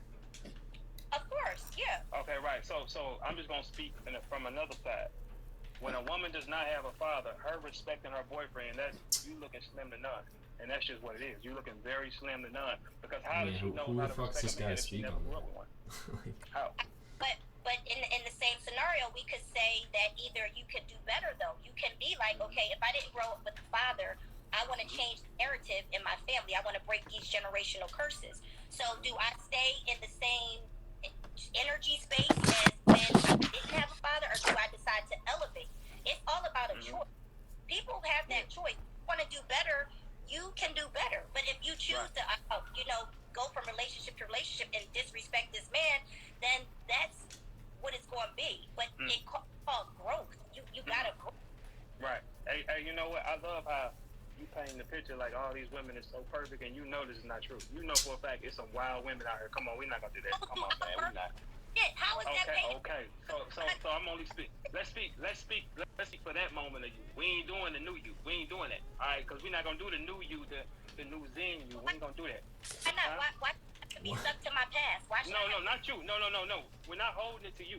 We're not holding the conversation just strictly to you, because we speaking to a whole broad of people, right? Okay, cool. The average man. Say it again. I'm trying to help these people.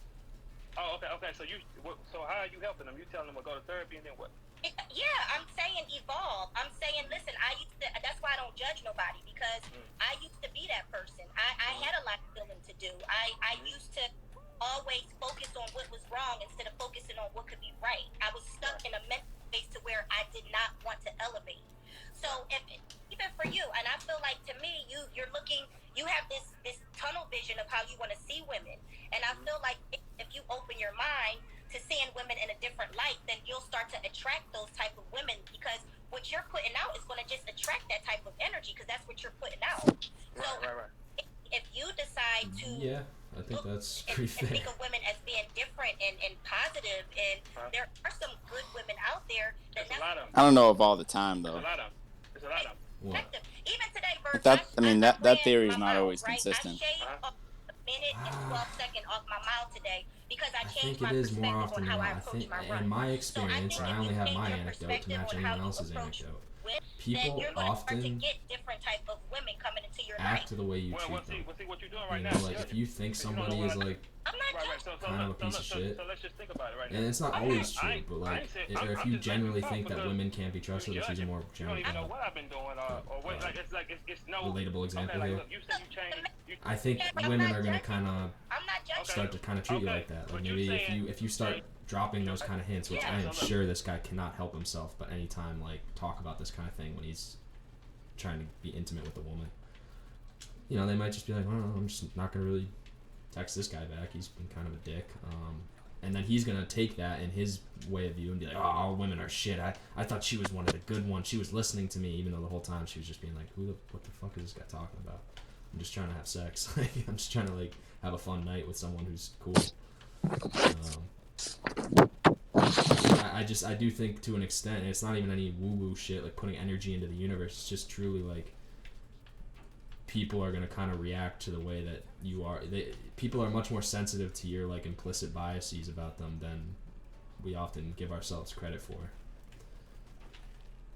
Yeah, I see what you mean. Like it in that way, like the energy back and forth, like in an established like friendship or a relationship, like if you start like speaking with somebody more regularly, and like the way that you go about speaking to them and like your ideas of them, because your ideas of who they are is going to influence like the way you speak to them anyways. For sure. So once you establish that and like you're talking to that person regularly, like I agree, they're gonna give a type of energy back based in response to what you're giving out to them, you know. So if you already have like a preconceived notion about like what type of person they are, like, you know, they're gonna find that out eventually, you know, based on like what you're giving to them, and then they're gonna give it back, and it's probably just gonna crumble. It sounds like you've been a participant in that before. It sounds like you've tried to meet up with a girl or something and gotten horrible energy from her, so you have probably given it kind of back, but you don't really want to talk to that person again. So you've probably been, you know, you've been on that side of it, the side that he's saying is the wrong side. You know, he's probably the person giving off that bad energy that people don't really respond to well, and then that just kind of feeds his own narrative even more, because he just keeps cutting himself off from anybody who might check him and say like, hey dude, you're being kind of out there. I mean, I definitely like. I feel like most of these things that we're able to, like, if I can't think of a perfect example, like to support what you're saying, I at least know that like if I'm able to anything that we're able to like explain like that, like we must have been through something that like taught us that, so that now we're able to like explain it. So Right. yeah, I mean, I generally feel like I have really bad luck with women. So I'm sure I've had a couple of situations like that. But you know what it is? It's my my like my like maybe like wrongful perception of what happened that makes me not realize that that was what happened. You know, like if I gave off like a bad energy based on my idea of what something was, which that I feel like has happened to me. Like my idea of what something was different than somebody else's idea of what something was. That may have crumbled the entire situation and kind of like severed the connection.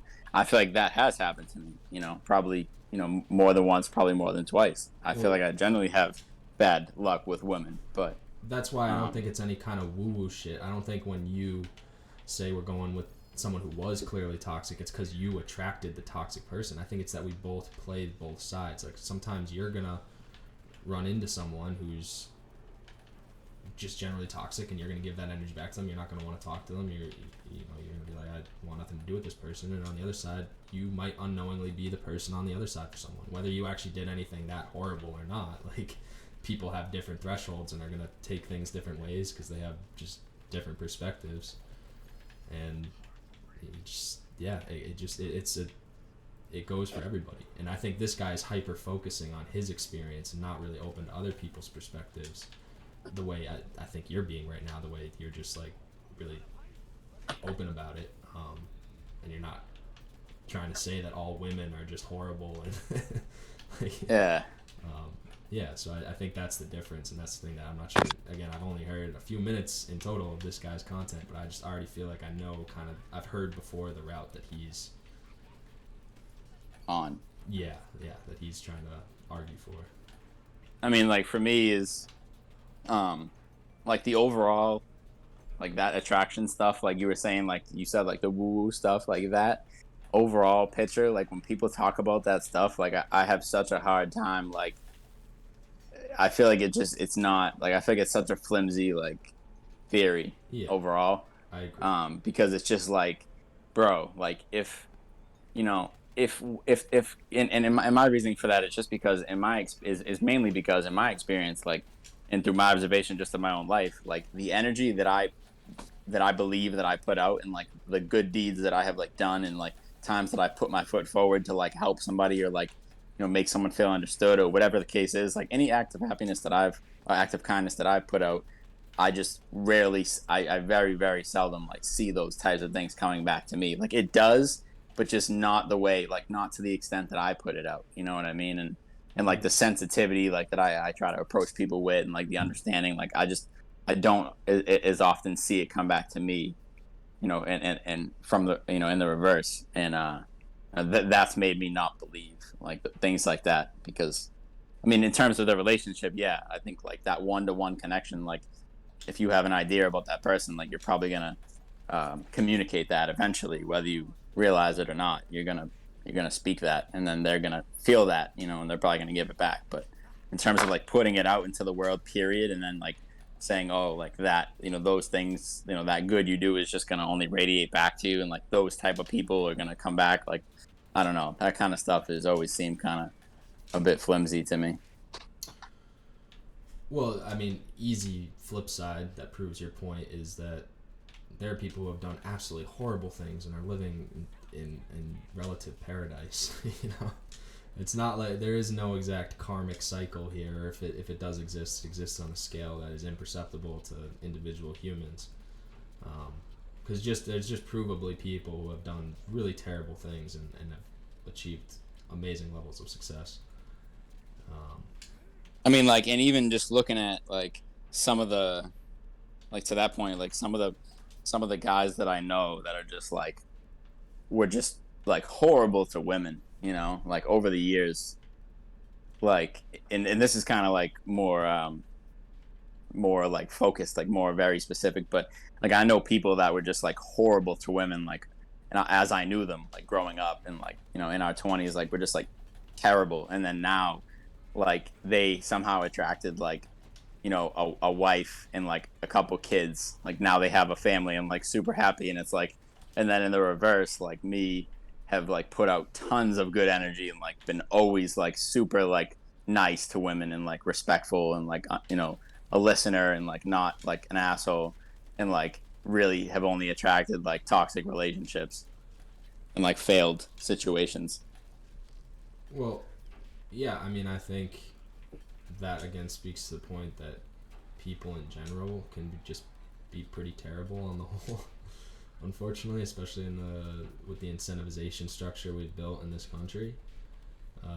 I think you need to stop being an asshole to women, Kev. Maybe.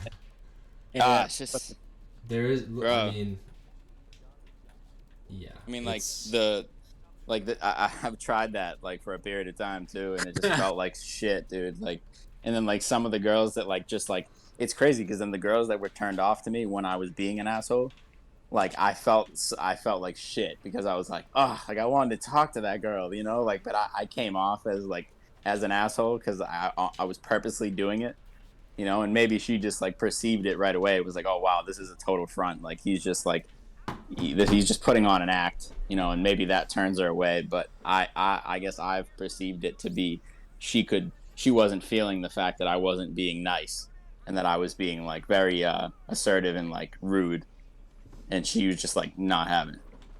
There's a very gray line between confidence and being an asshole, right? We can all agree on that. Some people think they're just being confident, but they're actually being huge fucking dickheads, and other people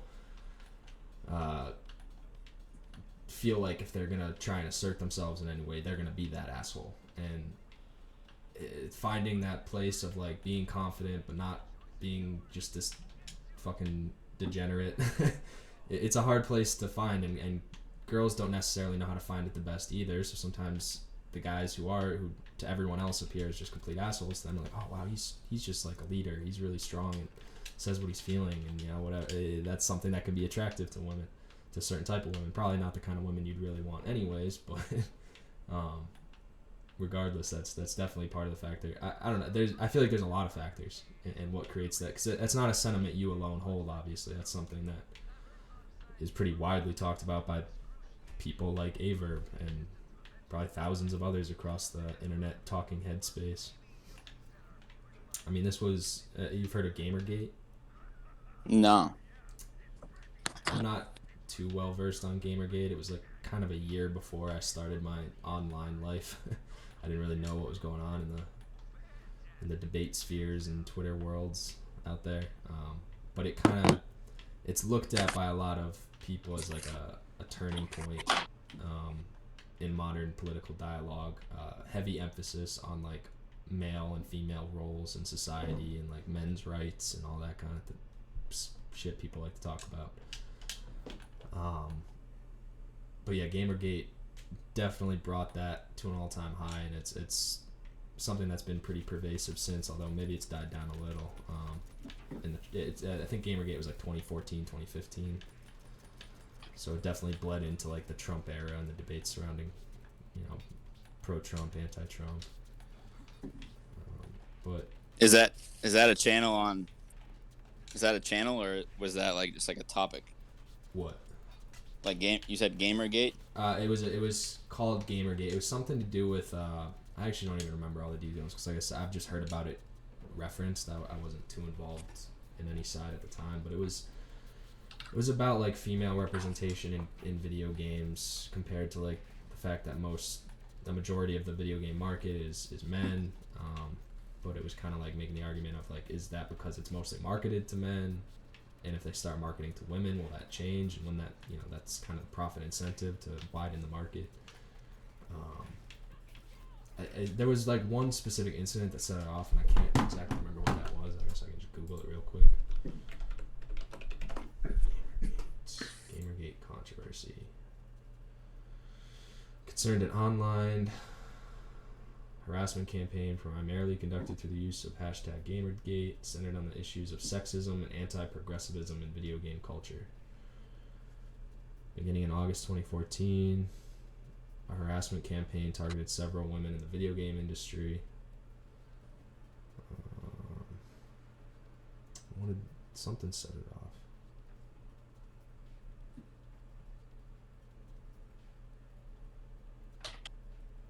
Consistent.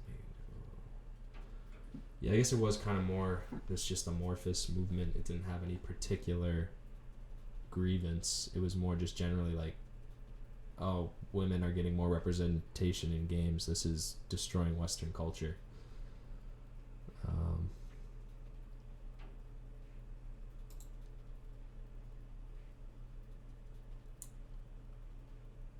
Yeah, this is getting way too wordy for me, but yeah, it started a lot of this dialogue for sure. That people like ayeverb are still on to this day. That's why, again, I feel like even though I've only watched 20 minutes of his content now, I feel like I've heard a lot of it before through other people who definitely share this belief system and have found a pretty large audience on the internet since Gamergate. Well, yeah, I mean that I would think that's probably why he keeps doing it, is because, I mean, one, he seems to enjoy talking about it, but two, a lot of people are tuning into it. Yeah, no, there's a huge audience for it because people do relate on an aesthetic level. People relate. Yeah.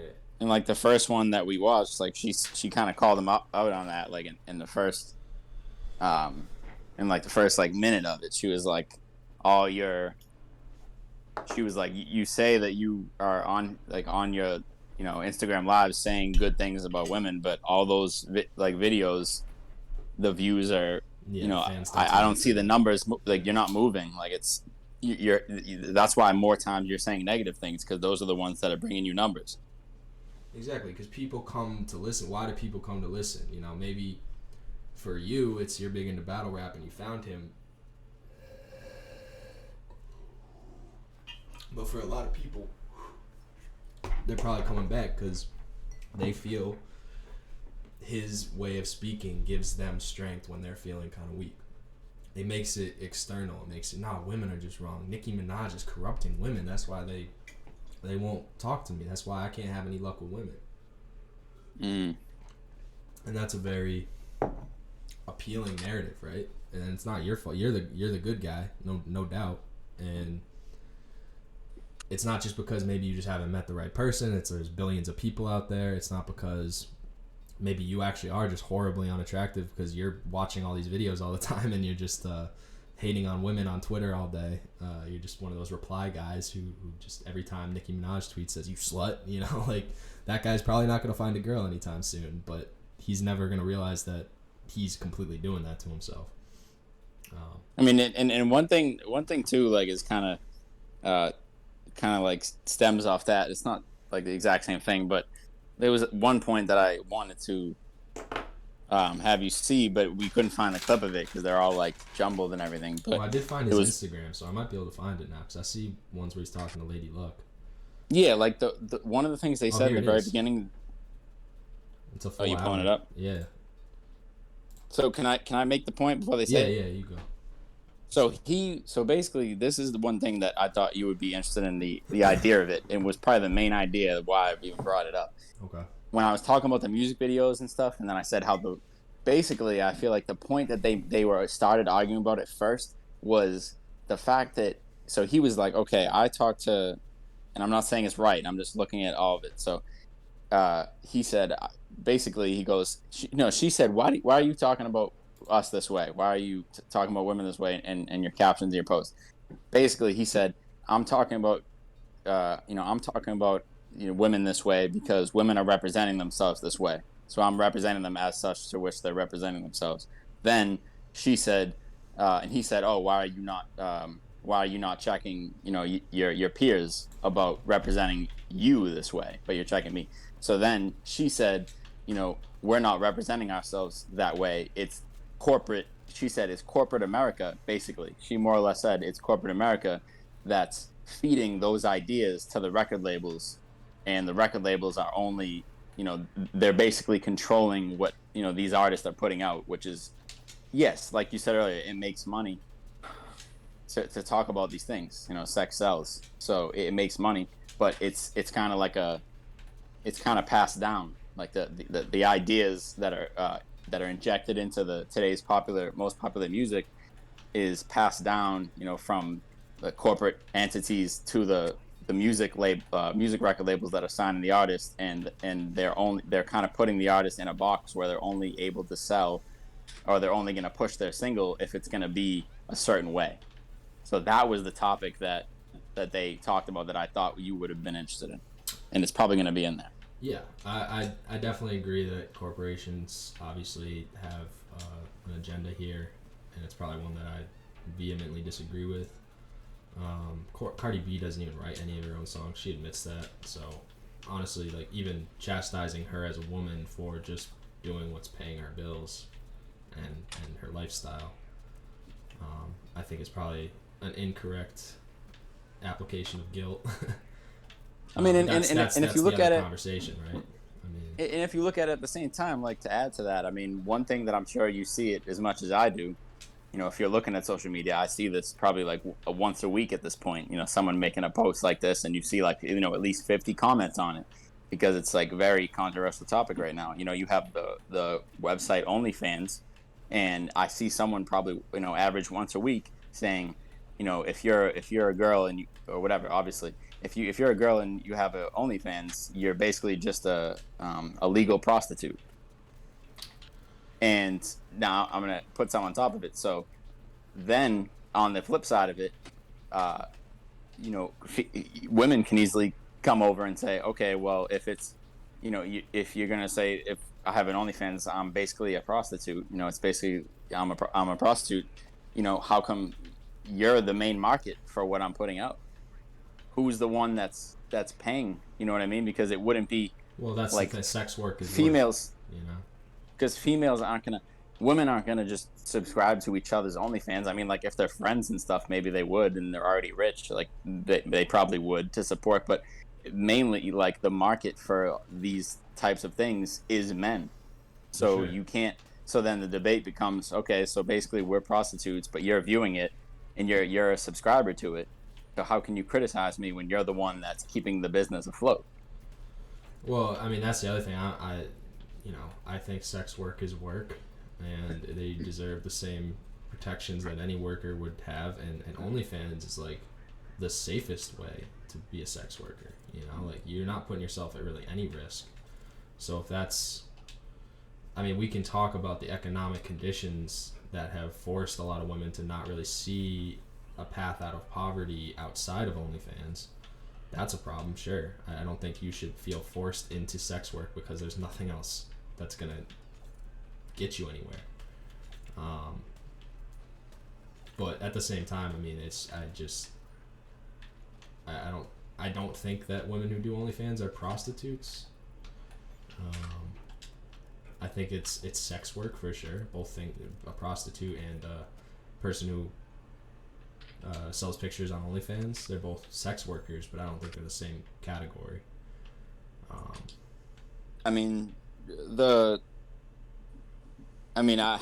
Looking into what is these things are defined as, it doesn't really line up with a prostitute.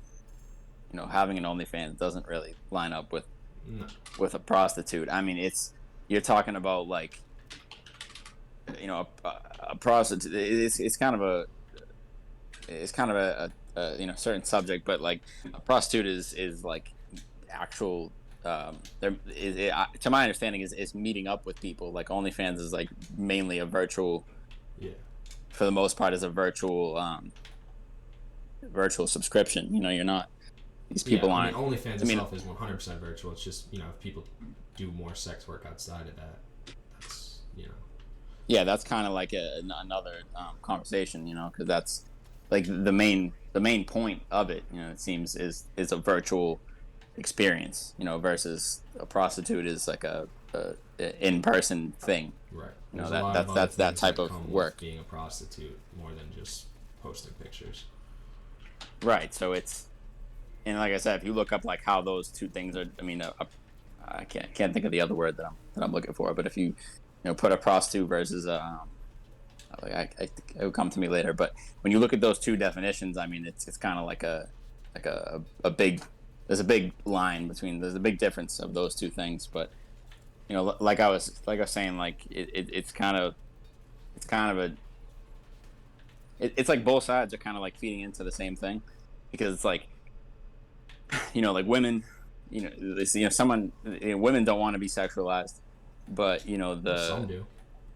Right, they do, but a lot of women are saying like, we don't want to be sexualized, and the men are sexualizing them, but the media is pushing, a lot of media is pushing the sexualization of women, and men are creating content that's pushing the sexualization of women.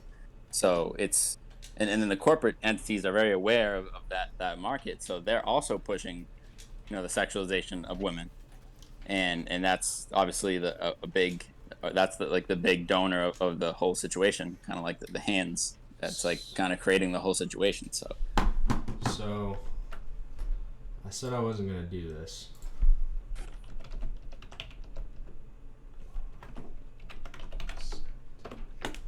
But I feel like no one said it better than the late great Rush Limbaugh. I said I wasn't gonna bring him up again, but he said it perfectly.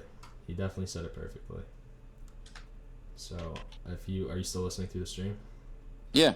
Okay. Is Josh still here? Yeah, but I just can't figure out how to fucking listen to the stream, so I don't know. Damn, bro, it's still can. I don't know why it doesn't play, dude. Just put Like, a I'm headphone watching in, bro. I'm watching the ad right now. Bro, you gotta hit the speaker button. I'm telling you, you're playing it out of It's your on thing. speaker. Like my phone is not up to my ears. Like, You I can't hear. you. This one's a lot louder. Man. You can't hear this. Many Put your conservative media. Put your AirPods on. Like, I can hear you guys perfectly. You guys are on speaker, but for some If you reason put I the can't AirPods watch. Historically on. have a pretty shaky relationship I have no idea with what the my AirPods concept. are, bro. Yeah, but you gotta click into the video though, because if you're not clicked into, did you click into the video? I'm watching the video. I'm literally watching Gabe's go through Rush Limbaugh videos. You can see like the YouTube. I'm gonna find the actual Yeah, video. yeah. No, I see everything, dude. I I think if you connect your AirPods to your phone, the audio will go to the AirPods. Throughout his career, Donald Trump has used. I just feel like I'm gonna hear you guys. Nah, I think you're gonna hear the facts. So then, if I put in the AirPods and I only hear the stream, I won't be able to hear you guys. No, it's coming through the same place. Nah, yeah. Well, I mean, I hear. Wait, are Gabe you and- watching? You're watching the stream through Discord, right?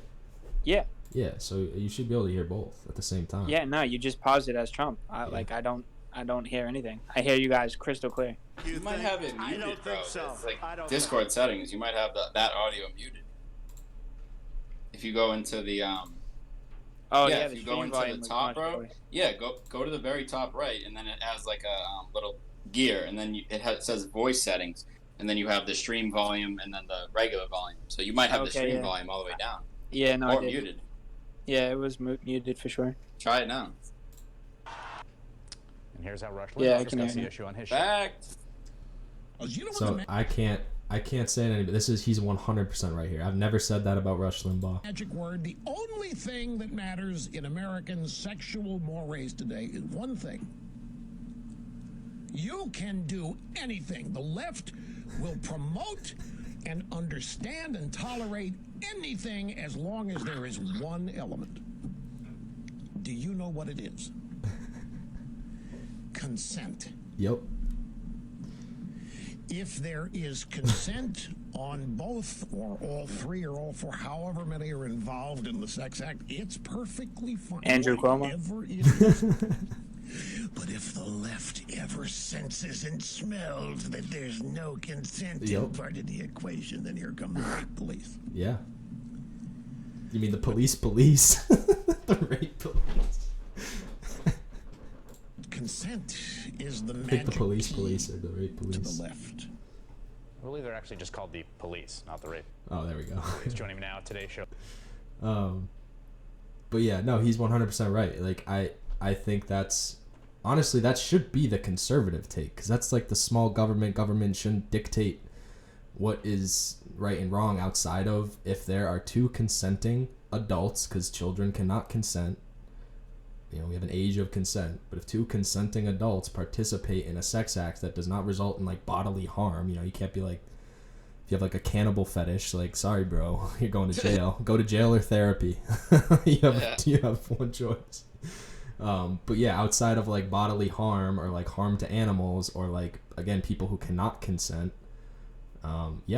that's the key. So if people consent to trading money for sex in a safe environment that doesn't involve like beating the prostitute because she doesn't really have any legal standing and she's not recognized by the law because her job isn't dictated as illegal, that's the kind of thing that we would want to solve. If people are consenting to give money for sex, that's, where's the line between that and like, billionaires who have gold digger wives? Like, there really isn't that much of a line there. So why should we punish the people on the lower end of that side and make their lives less safe, their lives less feasible? Yeah.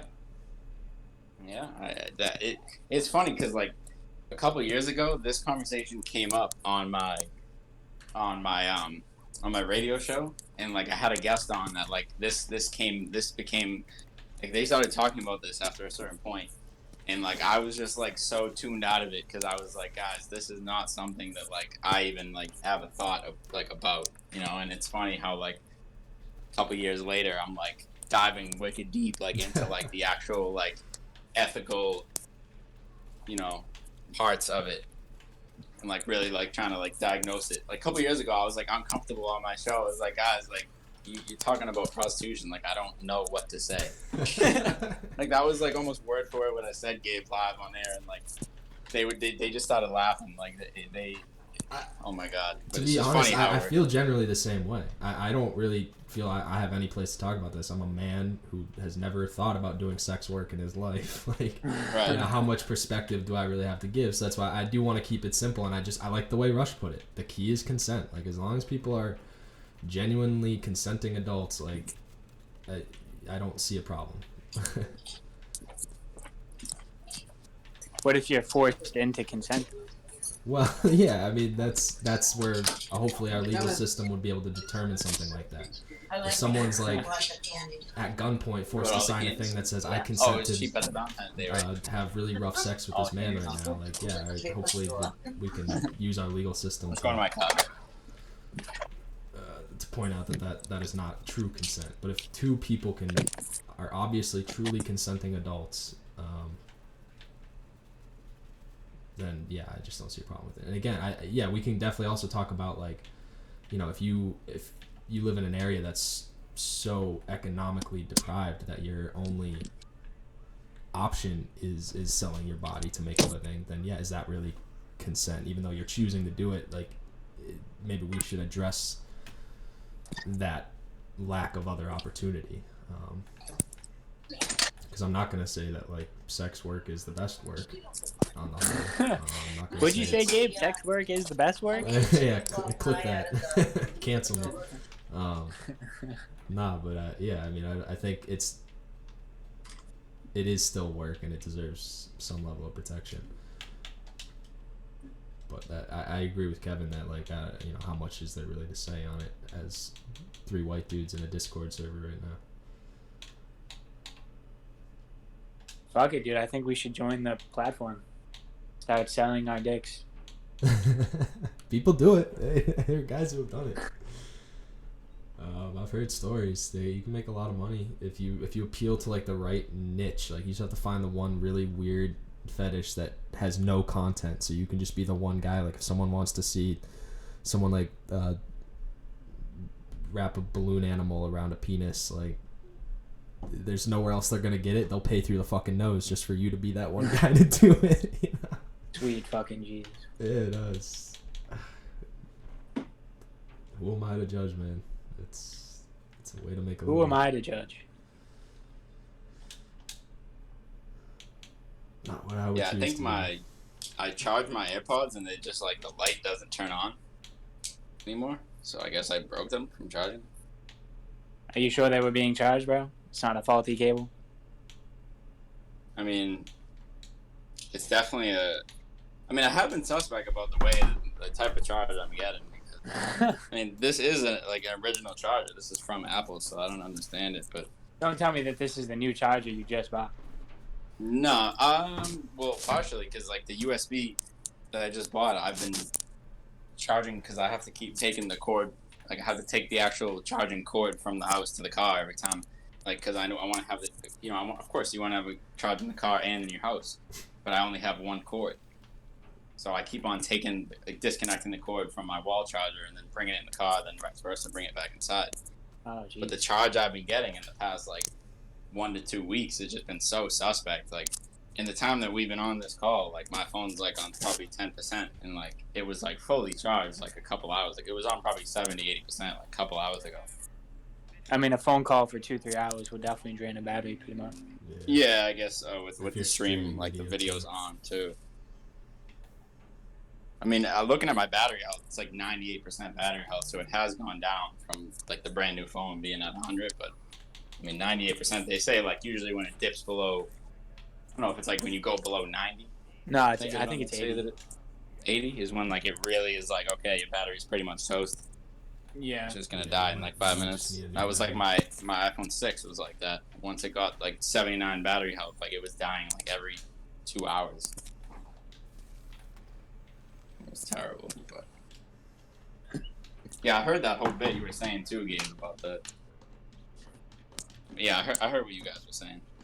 Are you trying to run that video? What, you saying I'm gonna run it back? No, I mean like I'll play it right now. No, I heard it. I heard what he said. No, the ayeverb. Oh, yeah, but there was something else that I wanted that he talked about one time too that I wanted to bring. Oh yeah, you know what it was? Wait, what would you rather do? You want to play the video, or you want to bring up another thing he said before that made me think? I mean, why don't we try to get to that part in the video? Well, I'm not sure if it's in this one specifically. Like, I know he said it, and it's stuck in my mind. Yeah, then just bring it up. What is it? So, all right. So before we start, another point that he's brought up before that made me think is, because a lot of these things is not like necessarily I agree with it, but it's just like it is an interesting point to bring up. So he was like, how come he was on with somebody before, and he was like, how come when a man comes home from work and then a woman comes home from work or whatever, you know, if she's gonna go out with her girls after work to like go to the club when she's like married or has a boyfriend, she's gonna get all dolled up to go to the club with one of the main reasons that you would go to the club is because there's other men there and you're dressing, which at least part of the reason, not the whole reason, but is at least part of it for sure, is to impress other men at the club. I think that is a male misperception. I can take on this one. I mean, from personal experience, for Lania, for her, it's all about dancing, bro. She loves going to the club to dance. Yeah, I think that's a male and the whole dressing up thing, girls just like to look good. Like they just but I'm trying to. Right, but in front of their other girlfriends. Guys only go to the club because they're trying to get. Right, so I didn't get to finish. So when they go to the club, they get all dolled up, and then he said, when my wife comes home or when my girlfriend comes home from the club, she washes all her makeup off, and she's like, you know, in sweats, which is like fine. Like with somebody like me, I don't care about that, but it is interesting that he was like, it's almost like she wants to get dolled up to be in environments with other people, but then when she comes home to me, she doesn't want to look her best. She wants to she wants to tone everything down. And he was like, he didn't say me, he didn't say I, he said men want to see you, like, you look your best. He was like, men want to see you look your best when you come home too. So he was like, how come y'all tone it down when you come home for your husband or your boyfriend, but you look your best when you're out with your girls? I disagree with that philosophy. Yeah, I think that's definitely. They just want to get comfortable. You know, when you come home from work, you just want to get changed, throw on some comfortable clothes. It's just the environment that you're in. Home is always like the comfortable environment. Yeah, and you should be that person who doesn't expect that they have to put on this like face. You know, and again, I think a lot of times, like Josh says, they're doing that for their girlfriends and the fact that they actually enjoy the club. I think a lot of guys don't actually really enjoy the club. They just go there because like it's a place to get fucked up with your boys and like chase women. That's what, you know, so that's how males see it. Like otherwise, like if you're not going there, like hook up with if it's not a special occasion too. I mean, guys will go for like a, you know, if it's a birthday or something, you go to rage out. But like other than that, you're not gonna just go on a weeknight unless you're trying to get pussy. It's just, I feel like, a fact for most men.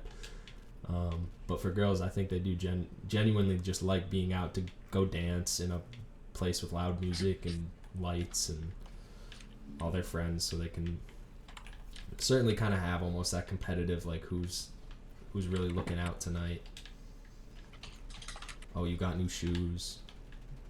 Oh, I got this dress. Like, you know. So it's kind of a catch-22. They complain about like having to put all the makeup on and like getting dolled up, but at the same time, I think they kind of like doing it too. I mean, to be honest, like I kind of prefer girls with no makeup. Like just no, same. I'm on the same boat, bro. Yeah, I think makeup just starts to just get in the way. It just reminds me of like a clown, dude. Like, yeah, okay, I wasn't gonna say it. I'll let you say it. That's literally it for me. I was almost gonna say that, and I held myself back. I mean, and that's a funny thing too, because like at the same time, and this is just based on like me listening to like girls talk about these topics and just like reading like what is said. This is not like my own thought. Girl, like it's funny because like we think that that's like a great thing. Like if we tell them, like if we tell like our girlfriend or wife, like, oh, like, you know, I think you look beautiful with no makeup, and then like with like we're having these conversations and we're like, oh, like I prefer, you know, my girl to wear no makeup, and then we all agree like, yeah, we prefer them to wear no makeup. Like we don't like the way makeup looks. There's a large like there's a large portion of women that are even offended by that. So like there's a large portion of women that are offended by, you know, if you thought like if you thought they needed makeup to look good, then they would be offended because it's like, oh, you think I'm ugly, you know, naturally. But then if you talk about the fact that they do put on makeup, I've seen a lot of girls say, why are men talking about this? Like, don't talk about my makeup, mind your business. Yeah, I mean, a lot of that does have to do with the fact that there's a lot of societal pressures that aren't necessarily like insecurity, your individual pressures. Yeah, it's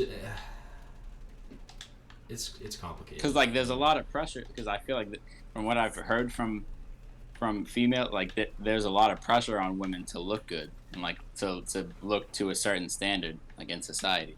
Is where men can kind of. I mean, like, yeah, we still like shave and we're still gonna like try to keep ourselves up like to where we want to be. But I like from the way I see it, like I can't agree. There's probably a good amount more pressure on women based on the way that their appearance is than there is for men. Yeah, it's certainly a complicated topic, especially when you get into, you know, you can always zoom out far enough to get to like the corporate influence that, you know, wants to teach women that they're not attractive unless they have their makeup products.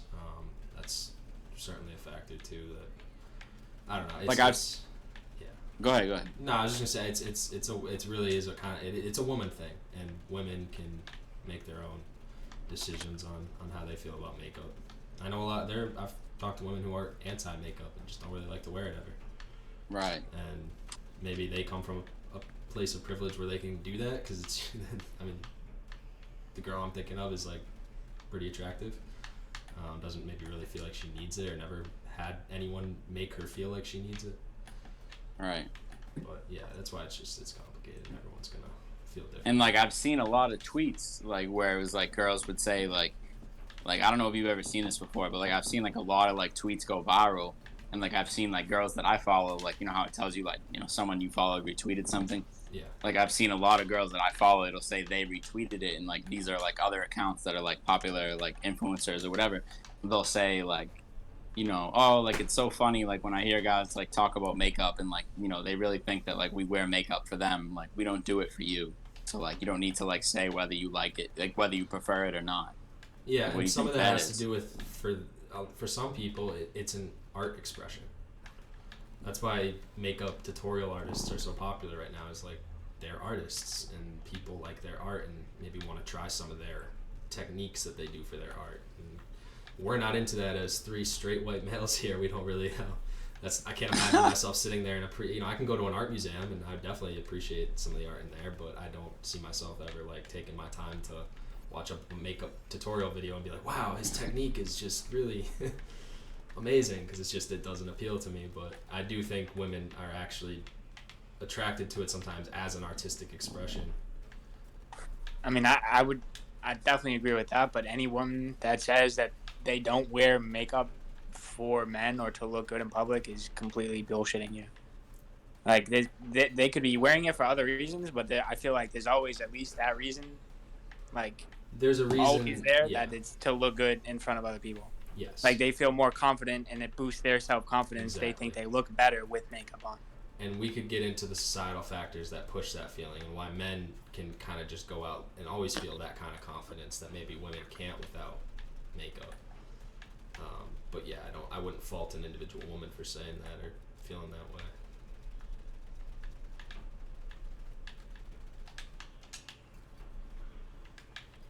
So you think it's kind of like out of spite, like they might be being like a bit spiteful when they say like, I don't wear makeup for men. Yeah. I think they believe it though. I think they don't think they're like trying to have sex with everybody, and they feel like that's what people are implying when they say that. They feel like they're implying that women are just harlots who are just always trying to, sexually entice men to take advantage of them. And I just don't think that's what a lot of women are actually even close to thinking. I think it is definitely more, if anything, kind of just a general societal pressure, but also, like you said, the ability to feel a confidence that maybe comes more naturally to men in our society. You can say, oh, you should just be as confident without the makeup, you don't need it, but like that's not nearly as powerful as every influence they've felt since they were born. The when did that general start being a influence. thing, dude? Like, I feel like Makeup? like Egyptian men like would wear makeup and shit, Oh, dude. yeah, like no, the weird they- shit on their face. uh, Like, when did it start being a norm? According that to the only Bible, women- Azazel introduced makeup to humans. Oh God, you damn We Azazel, came- you. We came full circle here today, boys. I can't Jeez. rebrand. This is my brand, man. You invented makeup. My namesake, for sure. That's what they say. He taught women how to paint their face and men how to use metals to build weapons. That's what they say. Big walk. Big walk, bro. Let me do the walk drop here. You know what I'm saying? So yeah, I mean, if you still want to play that video. Yeah. I just wanted to bring that out. Enough to say, we don't love bitches and hoes was a message that I heard as a young girl growing up. And we could get into my Gabe, this is sexuality, exactly what I gender, was and all that talking tonight. about. Let's This is have the a- part, bro. What? This part that it's on now, like I remember that. Like when I was watching like that first like 20 minutes the other night, this is pretty much the exact like section that I was like trying to find for you, because this is the part. All right, let's get into it. Word. But growing up as a young girl, I'm in the 8th grade, and I hear all the boys talk about bitches ain't shit but hoes and tricks. These bitches is hoes. The music fuels what's going on in the communities.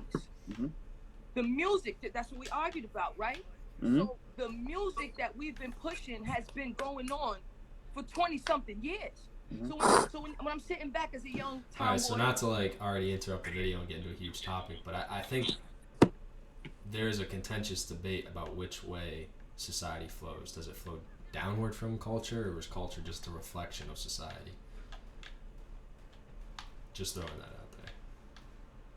You lost me in the philosophical Well, it does. context of that question, Gabe. When someone said in a song, "Bitches ain't shit but hoes and tricks," did that create that as a reality? Is that true now because he said it and it influenced everyone, and before that no one really felt that way? Or was he just putting words to something that was already a sentiment in society, and really the music is just a reflection of the actual conditions that people live in? Yeah, So you're saying, like, if someone, so like, I'm pretty sure that was probably, I mean, just by the way it sounds, I'm not like super familiar with that era, but like that sounds like maybe like Biggie Smalls might have said that, I or think like, I'm pretty sure it was Biggie. Yeah, was it Biggie? I'm pretty sure. like one of the like someone from that era probably said that. Like I said, I'm not too familiar with all those people, but that sounds like that era. Because like nowadays, like you really wouldn't hear that. You know, like in today's like music, you just wouldn't hear like a statement. I mean, like there's similar things, I guess, that like, there's like parallels to that, I guess, that are said in different ways. Dr. But Dre, I think. What? Bitches ain't shit but hoes and tricks. Yeah, it was actually Daz, I guess you said it, but it was on a Dr. Dre song. Oh, okay, and then that phrase has probably been repeated, like after that. Oh, it was. But I like what you were saying about like basically, I mean, to reword it in a way that the way that like my mind kind of thought about it when you said it is the music almost creating the narrative when they say certain things? Are they creating the narrative, or are they just repeating the narrative of what they've already seen in society? Are they creating the narrative in society and then society's following it because of the music, or is the music just because they say art imitates life? Right. Yeah. So that's the other take of it. Okay. And I mean, if you want to hear my opinion on it, I think it's both. I'm gonna be the devil's advocate, the douchebag. Nah, I'm just gonna be the asshole who's like, oh well, I agree with both sides. I don't usually like to do that, but I think in this case it applies. It's very similar to like the nature versus nurture argument. It's like it's both. It's a push and pull between both. Certainly people are influenced by the music, but obviously the artist is influenced by something to make the music. So there's a push and pull that can't just stand up. There's a push and pull that I think should be treated with equal respect, and people who try to emphasize one or the other probably are more agenda driven than trying to honestly assess what the situation is.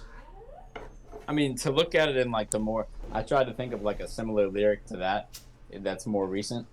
Drake said in one song, he said, "I hate calling the women bitches, but the bitches love it." That's kind of like more of I feel like a parallel to what that. Well, maybe it wasn't the same thing. Wasn't meant, but like it's roughly it's vaguely similar to that line, and it's kind of like what like the whole thing of what we're talking about, and like ayeverb talks about is he says, you're mad at me. It's almost like you're mad at me for treating you this way, but you treat yourself the same way. But that's just reality. I mean, that's the same way as like when rappers say the N-word versus me saying it right now on stream. Like it's different. It is different. It's one thing when women are saying bitches in song, calling their friends bitches, or even maybe a close male friend calls them, "Hey, what up, my bitches?" Like they probably would be fine with that. Or a rapper they really like say like, "Oh, my bitches," like in that connotation, they're comfortable with it. And it's just about, again, I think I said this earlier, it's just about making everybody feel that they can voice when they're comfortable and uncomfortable, and like if the way he's using it, like these bitches don't know anything, like, obviously that's not really a friendly connotation with it. And I think most people can see the difference between the two. So play the video again. Yeah, once you're done. Whenever you're done. No, let's keep it going. Right? I'm not dating these boys, right? I see my cousins, bitches ain't shit but hoes and tricks. So now they singing that. Now they treating the girls like that. And these girls are coming from broken homes. These girls have been molested. These girls have been raped. These girls are coming from situations. Every black person in America, regardless of who you are, has PTSD. Regardless of who the fuck you are, right? We come from the slave syndrome, but we don't have to get into all of that tonight. All of us, everybody on here, if you have melanin, you are from the post-slave traumatic syndrome. But we can get into that later. So now you have these guys, and they start getting these girls pregnant. But remember, these bitches ain't shit but hoes and tricks. We let them lick on the nut and suck the dick. So now these girls, of course, now we think bad bitches. So then we send this image to our community. When me and you as shorties. See, we're fighting against something that's been fighting against us before we even had a voice. Before Lady Luck could even get on the microphone with this deep-ass voice and confuse y'all what I like in my bedroom. Mm-hmm. We've been fighting against demons from the beginning. So when I turn to my brother, yeah, you right, we don't have that. But tonight, me and you, 800 people in here, listening back and forth to me and you, because I'm like, my brother, I get where you coming from. But if we're going to break any platform down, let's break down modern day slavery. Is it my time to still go? Because I got another point. You got all. You're not. No, Yo, you got all night. Let's do You got all modern day night. slavery. Let's do modern day slavery, right? Mm-hmm. The other day I asked somebody, how does caffeine get paid? Y'all gotta protect me, just like how y'all said protect Nick Cannon. Protect Gabe, me. this is a good bit I'm to interested. hear. Yeah. The other day I I know you're said, familiar where with. she's I going don't know with if you're this. familiar how with does caffeine. caffeine make money? Everything's fucking free. You know what they told me? Mm-hmm. They said that they're getting popular and doing all of this stuff so that they can go to the IPO and hit the stock market. Hey! So they pay the struggling rap artists who sit here for a month or two and write their rhymes. And then they are stifling, they are killing y'all careers, battle rappers. Not y'all, I'm just saying that because, you know, I dip in out of that when I want to check. But the guys who really eat off of battle rap, they're taking y'all off of YouTube. So now it's not 2 million views anymore, 3 million views anymore. Now it's 300,000. But the check is better. But we know Lady Luck is here 20 years after she got a record deal, not because of the fucking checks, because of the YouTube, because of DVDs. You know what I'm saying? Nobody even know the hustle battle, because if they didn't watch it that fucking night, nobody ever gonna see the shit. But if it was on YouTube, how many views would it have? But then they're gonna go get an IPO. I am tired of us in modern day slavery. Even this platform that we're using right now, they get rich off our backs. Initial public offering. I joined in October because one of my friends got a 6-figure investor. I know what that is. I'm on there because I'm into tech now, man. I don't know why she be talking about that. So in October, it just started. January, they are already assessed for $1 billion. What? Kevin Hart come on there. Hey, y'all, this Kevin Hart. We all get on there and argue. And now they get $1 billion off of our backs. And what we do since the beginning of time, try to figure out how we can make money and fit in their system. It's a new day, Verb. So of course, I when I see these things online, I might not have seen every video. So when I first came on, my brother, I apologize. But the videos that are getting the algorithms, that's always going to get the algorithms, is the destruction of our people. And the biggest videos that's going to have the biggest algorithms is stepping on the back of a black woman. All right, so let me ask you this. Oh, shit. Algorithm is one thing. That's one thing. So she's like, again, Keys, I don't know if you're like talking right now and you're muted. Hope you're not going off. But from my Nah, I wasn't saying anything. I was listening. So, am I to understand that caffeine is some kind of conglomerate battle rap platform? Yeah, so that's kind of stolen a lot of the people market. Pretty much like cut everybody deals. Like I don't know the exact like business of what happened, but that cuts out the independent side of it because now it's kind of gone corporate, and that's what she's mad about. Yeah, because a lot of these like the caffeine. This is I have no idea who owns this company, but this is like making it's an battle IPO. rap corporate. Basically, like you're taking something that was like a from the ground up like organization. Battle rap has been built by just dudes with cameras. Like these are just like regular guys, that just like filmed and just got bigger. Like that literally basically like that's all it was. Like these are just people like who started from the very bottom, just like kept getting things on footage and it just kept getting bigger. Just off of like the fan interest and just buying tickets to the events. Now caffeine came in and like she was saying with the YouTube, like a lot of these guys, get a lot of views on YouTube, and through having the views, like, that keeps their paychecks coming because these companies who caffeine is almost like trying to buy out in a way, they are profiting enough from these events that they're holding, and the fact that these guys are like doing all these views on YouTube. Oh, it's a Murdoch Corp too. That's amazing. So I mean, a lot of the content you really can't find, but it's all you have to download the caffeine app to find a lot of the content now. Jesus Christ. So interesting. Yeah. That's what happens. Anytime something small and independent starts gaining some real traction and becomes like any kind of financial threat to any other platform, it gets bought up. Never fails. Looks like they're doing pretty well for themselves. Financing round. Huh. Yeah, I'll keep playing. I think I understand now. I was a little But it confused. I doesn't thought force you Caffeine to was like a comment. battle rapper. It don't. No. What you did wrong was you comment with rage. Right. I feel like I know you. I feel Caffeine, like my bars are But so see, mean. but that was wrong anyway because I the algorithm. apologize. Okay, yeah, but let me tell you why. Yeah, Algorithm right can't away. force you to write shit. It can't. Only thing Easy. it can do is put it in front of your face. Okay, you got to think. I have a ton of negative comments from you. You don't have none from me. I went nuts. Yeah, right. I went Okay, nuts. right, I went nuts. right. Okay, so if it's real, that means you hop in the inbox or we talk that way. But I the tried. thing is, I did try. yeah, but see, no. After you shot though, once you shot the I block didn't up, try you before that. I didn't try no. before that. Hold on. Once you shoot the street up, you can't comp deuces and say, "Nah, we ain't on war." No, you knock our windows out. So now it's up. So you can't. You got to pick a I side. came in there. You go back. I came in there before I went nuts. I came in Okay, there. but I wait. gave you my Imagine he phone says the number. same thing gave to you my women he's phone been in a number. relationship The with. first shot you took was on Jack Thriller page. That's where it started. See that once you wave that pistol and you shoot it, it's up in the air. You can't take that back. All right, so look. Look. What? I apologize. Oh yeah, no, we already did that. But I'm just going through my turn now. So here's the thing. Like I said, you led with rage. I'm speaking from the perspective of man and what we deal with. You can't understand that. You don't deal with men. So you're already But disconnected. you're speaking from us. on women. That's just what it is. Okay, let me tell you something. You can say what see, let me tell you something. You can say you might be understanding. You're not understanding because you don't take dick. You don't take dick. So if you don't take dick, Who told you you don't. what's going on in my bedroom, Bird? Well, listen. I'm just telling. Who Wait, told see. you? Whoa. But see, hold on. Oh, but he actually meant that. Wait. Okay. Yeah, I Hold think on, maybe she's like hold on, Don't lesbian. tell me I'm what not I sure. Hold on, wait. But look. I'm gonna tell you what Tight ass you're doing. pussy. Don't Hey, tell me look. what I Hey, said. look. Hold on. cringe. But look, I'm gonna tell I'm you what you're cringing. doing wrong right now. I'll let you talk.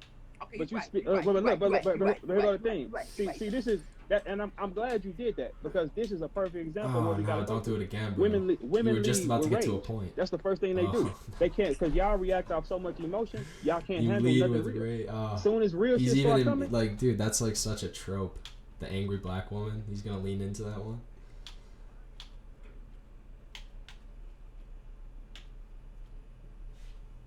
y'all get frantic. I ain't been frantic one time. I just been sitting here sitting still, Not cool. letting you just rap, do your thing. Like I ain't saying none of that. So what I'm saying is the way you did it was totally wrong because that wasn't no real shit. Because it's not. You can't screenshot one comment negative from me. I got a gang on from you, and you're steady attacking. And then what you did today, what you did was you started like beating your chest. A lion don't got to tell you you're a lion when you walk in the room, bro. He don't. You start beating your chest and saying what you was on TV and all that got nothing to do with it. Because I don't talk like that. I don't have to. I don't got to talk at all. So that was your way of demeaning.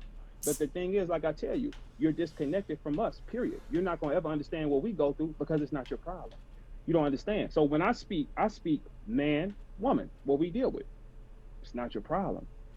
You understand what I'm saying? No. So, but it is. But no, listen. I don't expect. I don't you to really understand either. He's Guess just what? like, When I you want to say- hear him have an No, actual no, opinion listen, on Which something. problem? Wait, clarify for me. Which problem are you saying that you deal with that I don't understand? Okay, now listen, there is no way possible. Okay, I speak men to women. You can't relate to that. That's not. It's no way for you to see, and I don't expect you to understand it because when you say things to women, if it's not what they want to hear, their ears closed. I don't expect you to understand that at all. I don't expect you to understand that. I think period. he's just But the saying thing is, because like I she's said, it's not a different man. ways to handle things. So But you led. he doesn't realize the hypocrisy there and that how much he is speaking on criticisms of women. Like that's if you are going to criticize women, you're opening yourself up to women having every right to criticize you. Yeah, that's valid. And he just doesn't seem to. I think there's some kind of disconnect there. I Wait, think wait. I think what he could have said, like, if he was more, like, a bit more well spoken, I think he could have put it like, you don't see it from my perspective. Like, you see it, you see like your girls from your perspective, but they're also a different person from that perspective. From my perspective, dealing with that same person is a different experience. I think that's probably how he should have said it. I think that's what he meant. Anyways. I think that's pretty much what he said. I'm just saying that to say that, but also be the kind of guy who's always criticizing women just seems like kind of a hypocritical take. And that's fine. You can have that, but I'm just, I just think that's kind of suspect right off the bat. Like, he's feeling very open and criticizing women, but then when women criticize him from their perspective, he has no patience for that, and he has to criticize her. Instead of actually making a point, he has to then chastise her for, like, not seeing his perspective. And again, that's a debate tactic I see a lot of people rely on. They wait for someone to just make some kind of even hint of hypocrisy, and then they divert the conversation. Instead of the original points that they're supposed to be talking about, they're going to just chastise the person for not, doing the debate correctly or something like that, especially when it's someone who's not classically trained in debate, someone who just has opinions. It's very easy to, like, find people's little faults in those opinions and then just snap on that and then not have to actually defend your other position that they might have, even without their training, been getting a little bit of a leg up on you. Yeah, I get what you're saying. A lot of us have done that before. Yeah. You didn't come with love. You live. Like, trying to criticize. Like, a lot of people do that. I mean, I've done that in the past too. I mean, like, it's like you end up criticizing the other person's, like, angle instead of, like, acknowledging your own. Well, how they approach it too, and that's right. It's different in private relationships, but definitely when you're on a platform and you're someone who's maybe a little more trained in debating on a platform. Ben Shapiro does this a lot, right? He was big in the, like, owning the libs era of YouTube, and a lot of the times it was because he's media trained, and he would get people on camera who were, like, freshmen in college and don't necessarily even know how to articulate themselves very well, and then he can point at those little weaknesses in their debate, and then essentially not even have to have the play defense for the position that the person was initially attacking. But I'm waiting for them to actually get to a real point, because I'll criticize her too, and that her story was very personal. I don't really know what this caffeine thing is. I've yet to hear either of them. They're referencing points they've made before in, like, comments, but they haven't actually made, like, a point yet in this video. With rage, I have not done it to you. You see what I'm saying? Like, we don't have to agree. Why you focus on that one point? I apologize to you. Why we have to focus on that one point? Like, no. Here's the first thing. So you took the slave route. You took the emotion. You playing on the emotion, because actually, if you really want to know the truth, you're more dangerous than me. And you know why you're more dangerous than me? Because you play on the emotion of women. I don't. I keep it straight up to them. I don't play no games with them. See, when you speak under comments and you're like the black women and the sisters and all that, it strikes an emotion in them. And what it does is it makes them all yes, because that's what they want to hear. You see what I'm saying? I don't do all that shit. I be straight up. Wrong is wrong, right is right. And I still win. True? The things I say is not true? Okay, let me ask you this. Well, and I'm going to give you the floor right now. What you doing is the same thing that we would call, like, a sucker mark ass nigga doing. He come under the comments and say, no, this is not right, and this is that and the other, and he just want the hoes to kneel to him. That's it. But over here, it's a respect factor. I say whatever I'm going to say, because this is my house. And it's my house. When it's in my house, I run things the way I want to. You can't come in and knock my paintings down and tell me you don't like the colors. That ain't how they work. Now that you can go ahead now. I came in every comment, and at first I came in the DMs.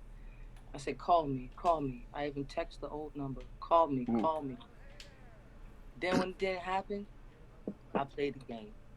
Because ultimately I got what I wanted. And what I wanted was this right here.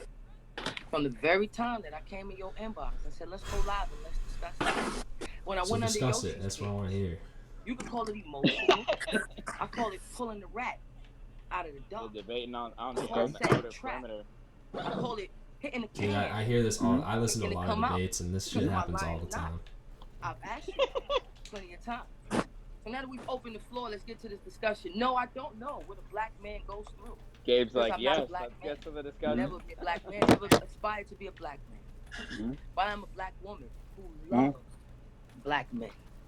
Who has a father, who has brother-in-laws, who has cousins, who has nephews, who have men in her life who ride or die for her. I'm the girl who writes the letters to the jail. I'm the girl who shows up to the jail. I'm the girl who picks you up from jail. I'm the girl who gives you money when you come home. My homeboy here in the comments, he'll tell that. I'm the girl who prays for you.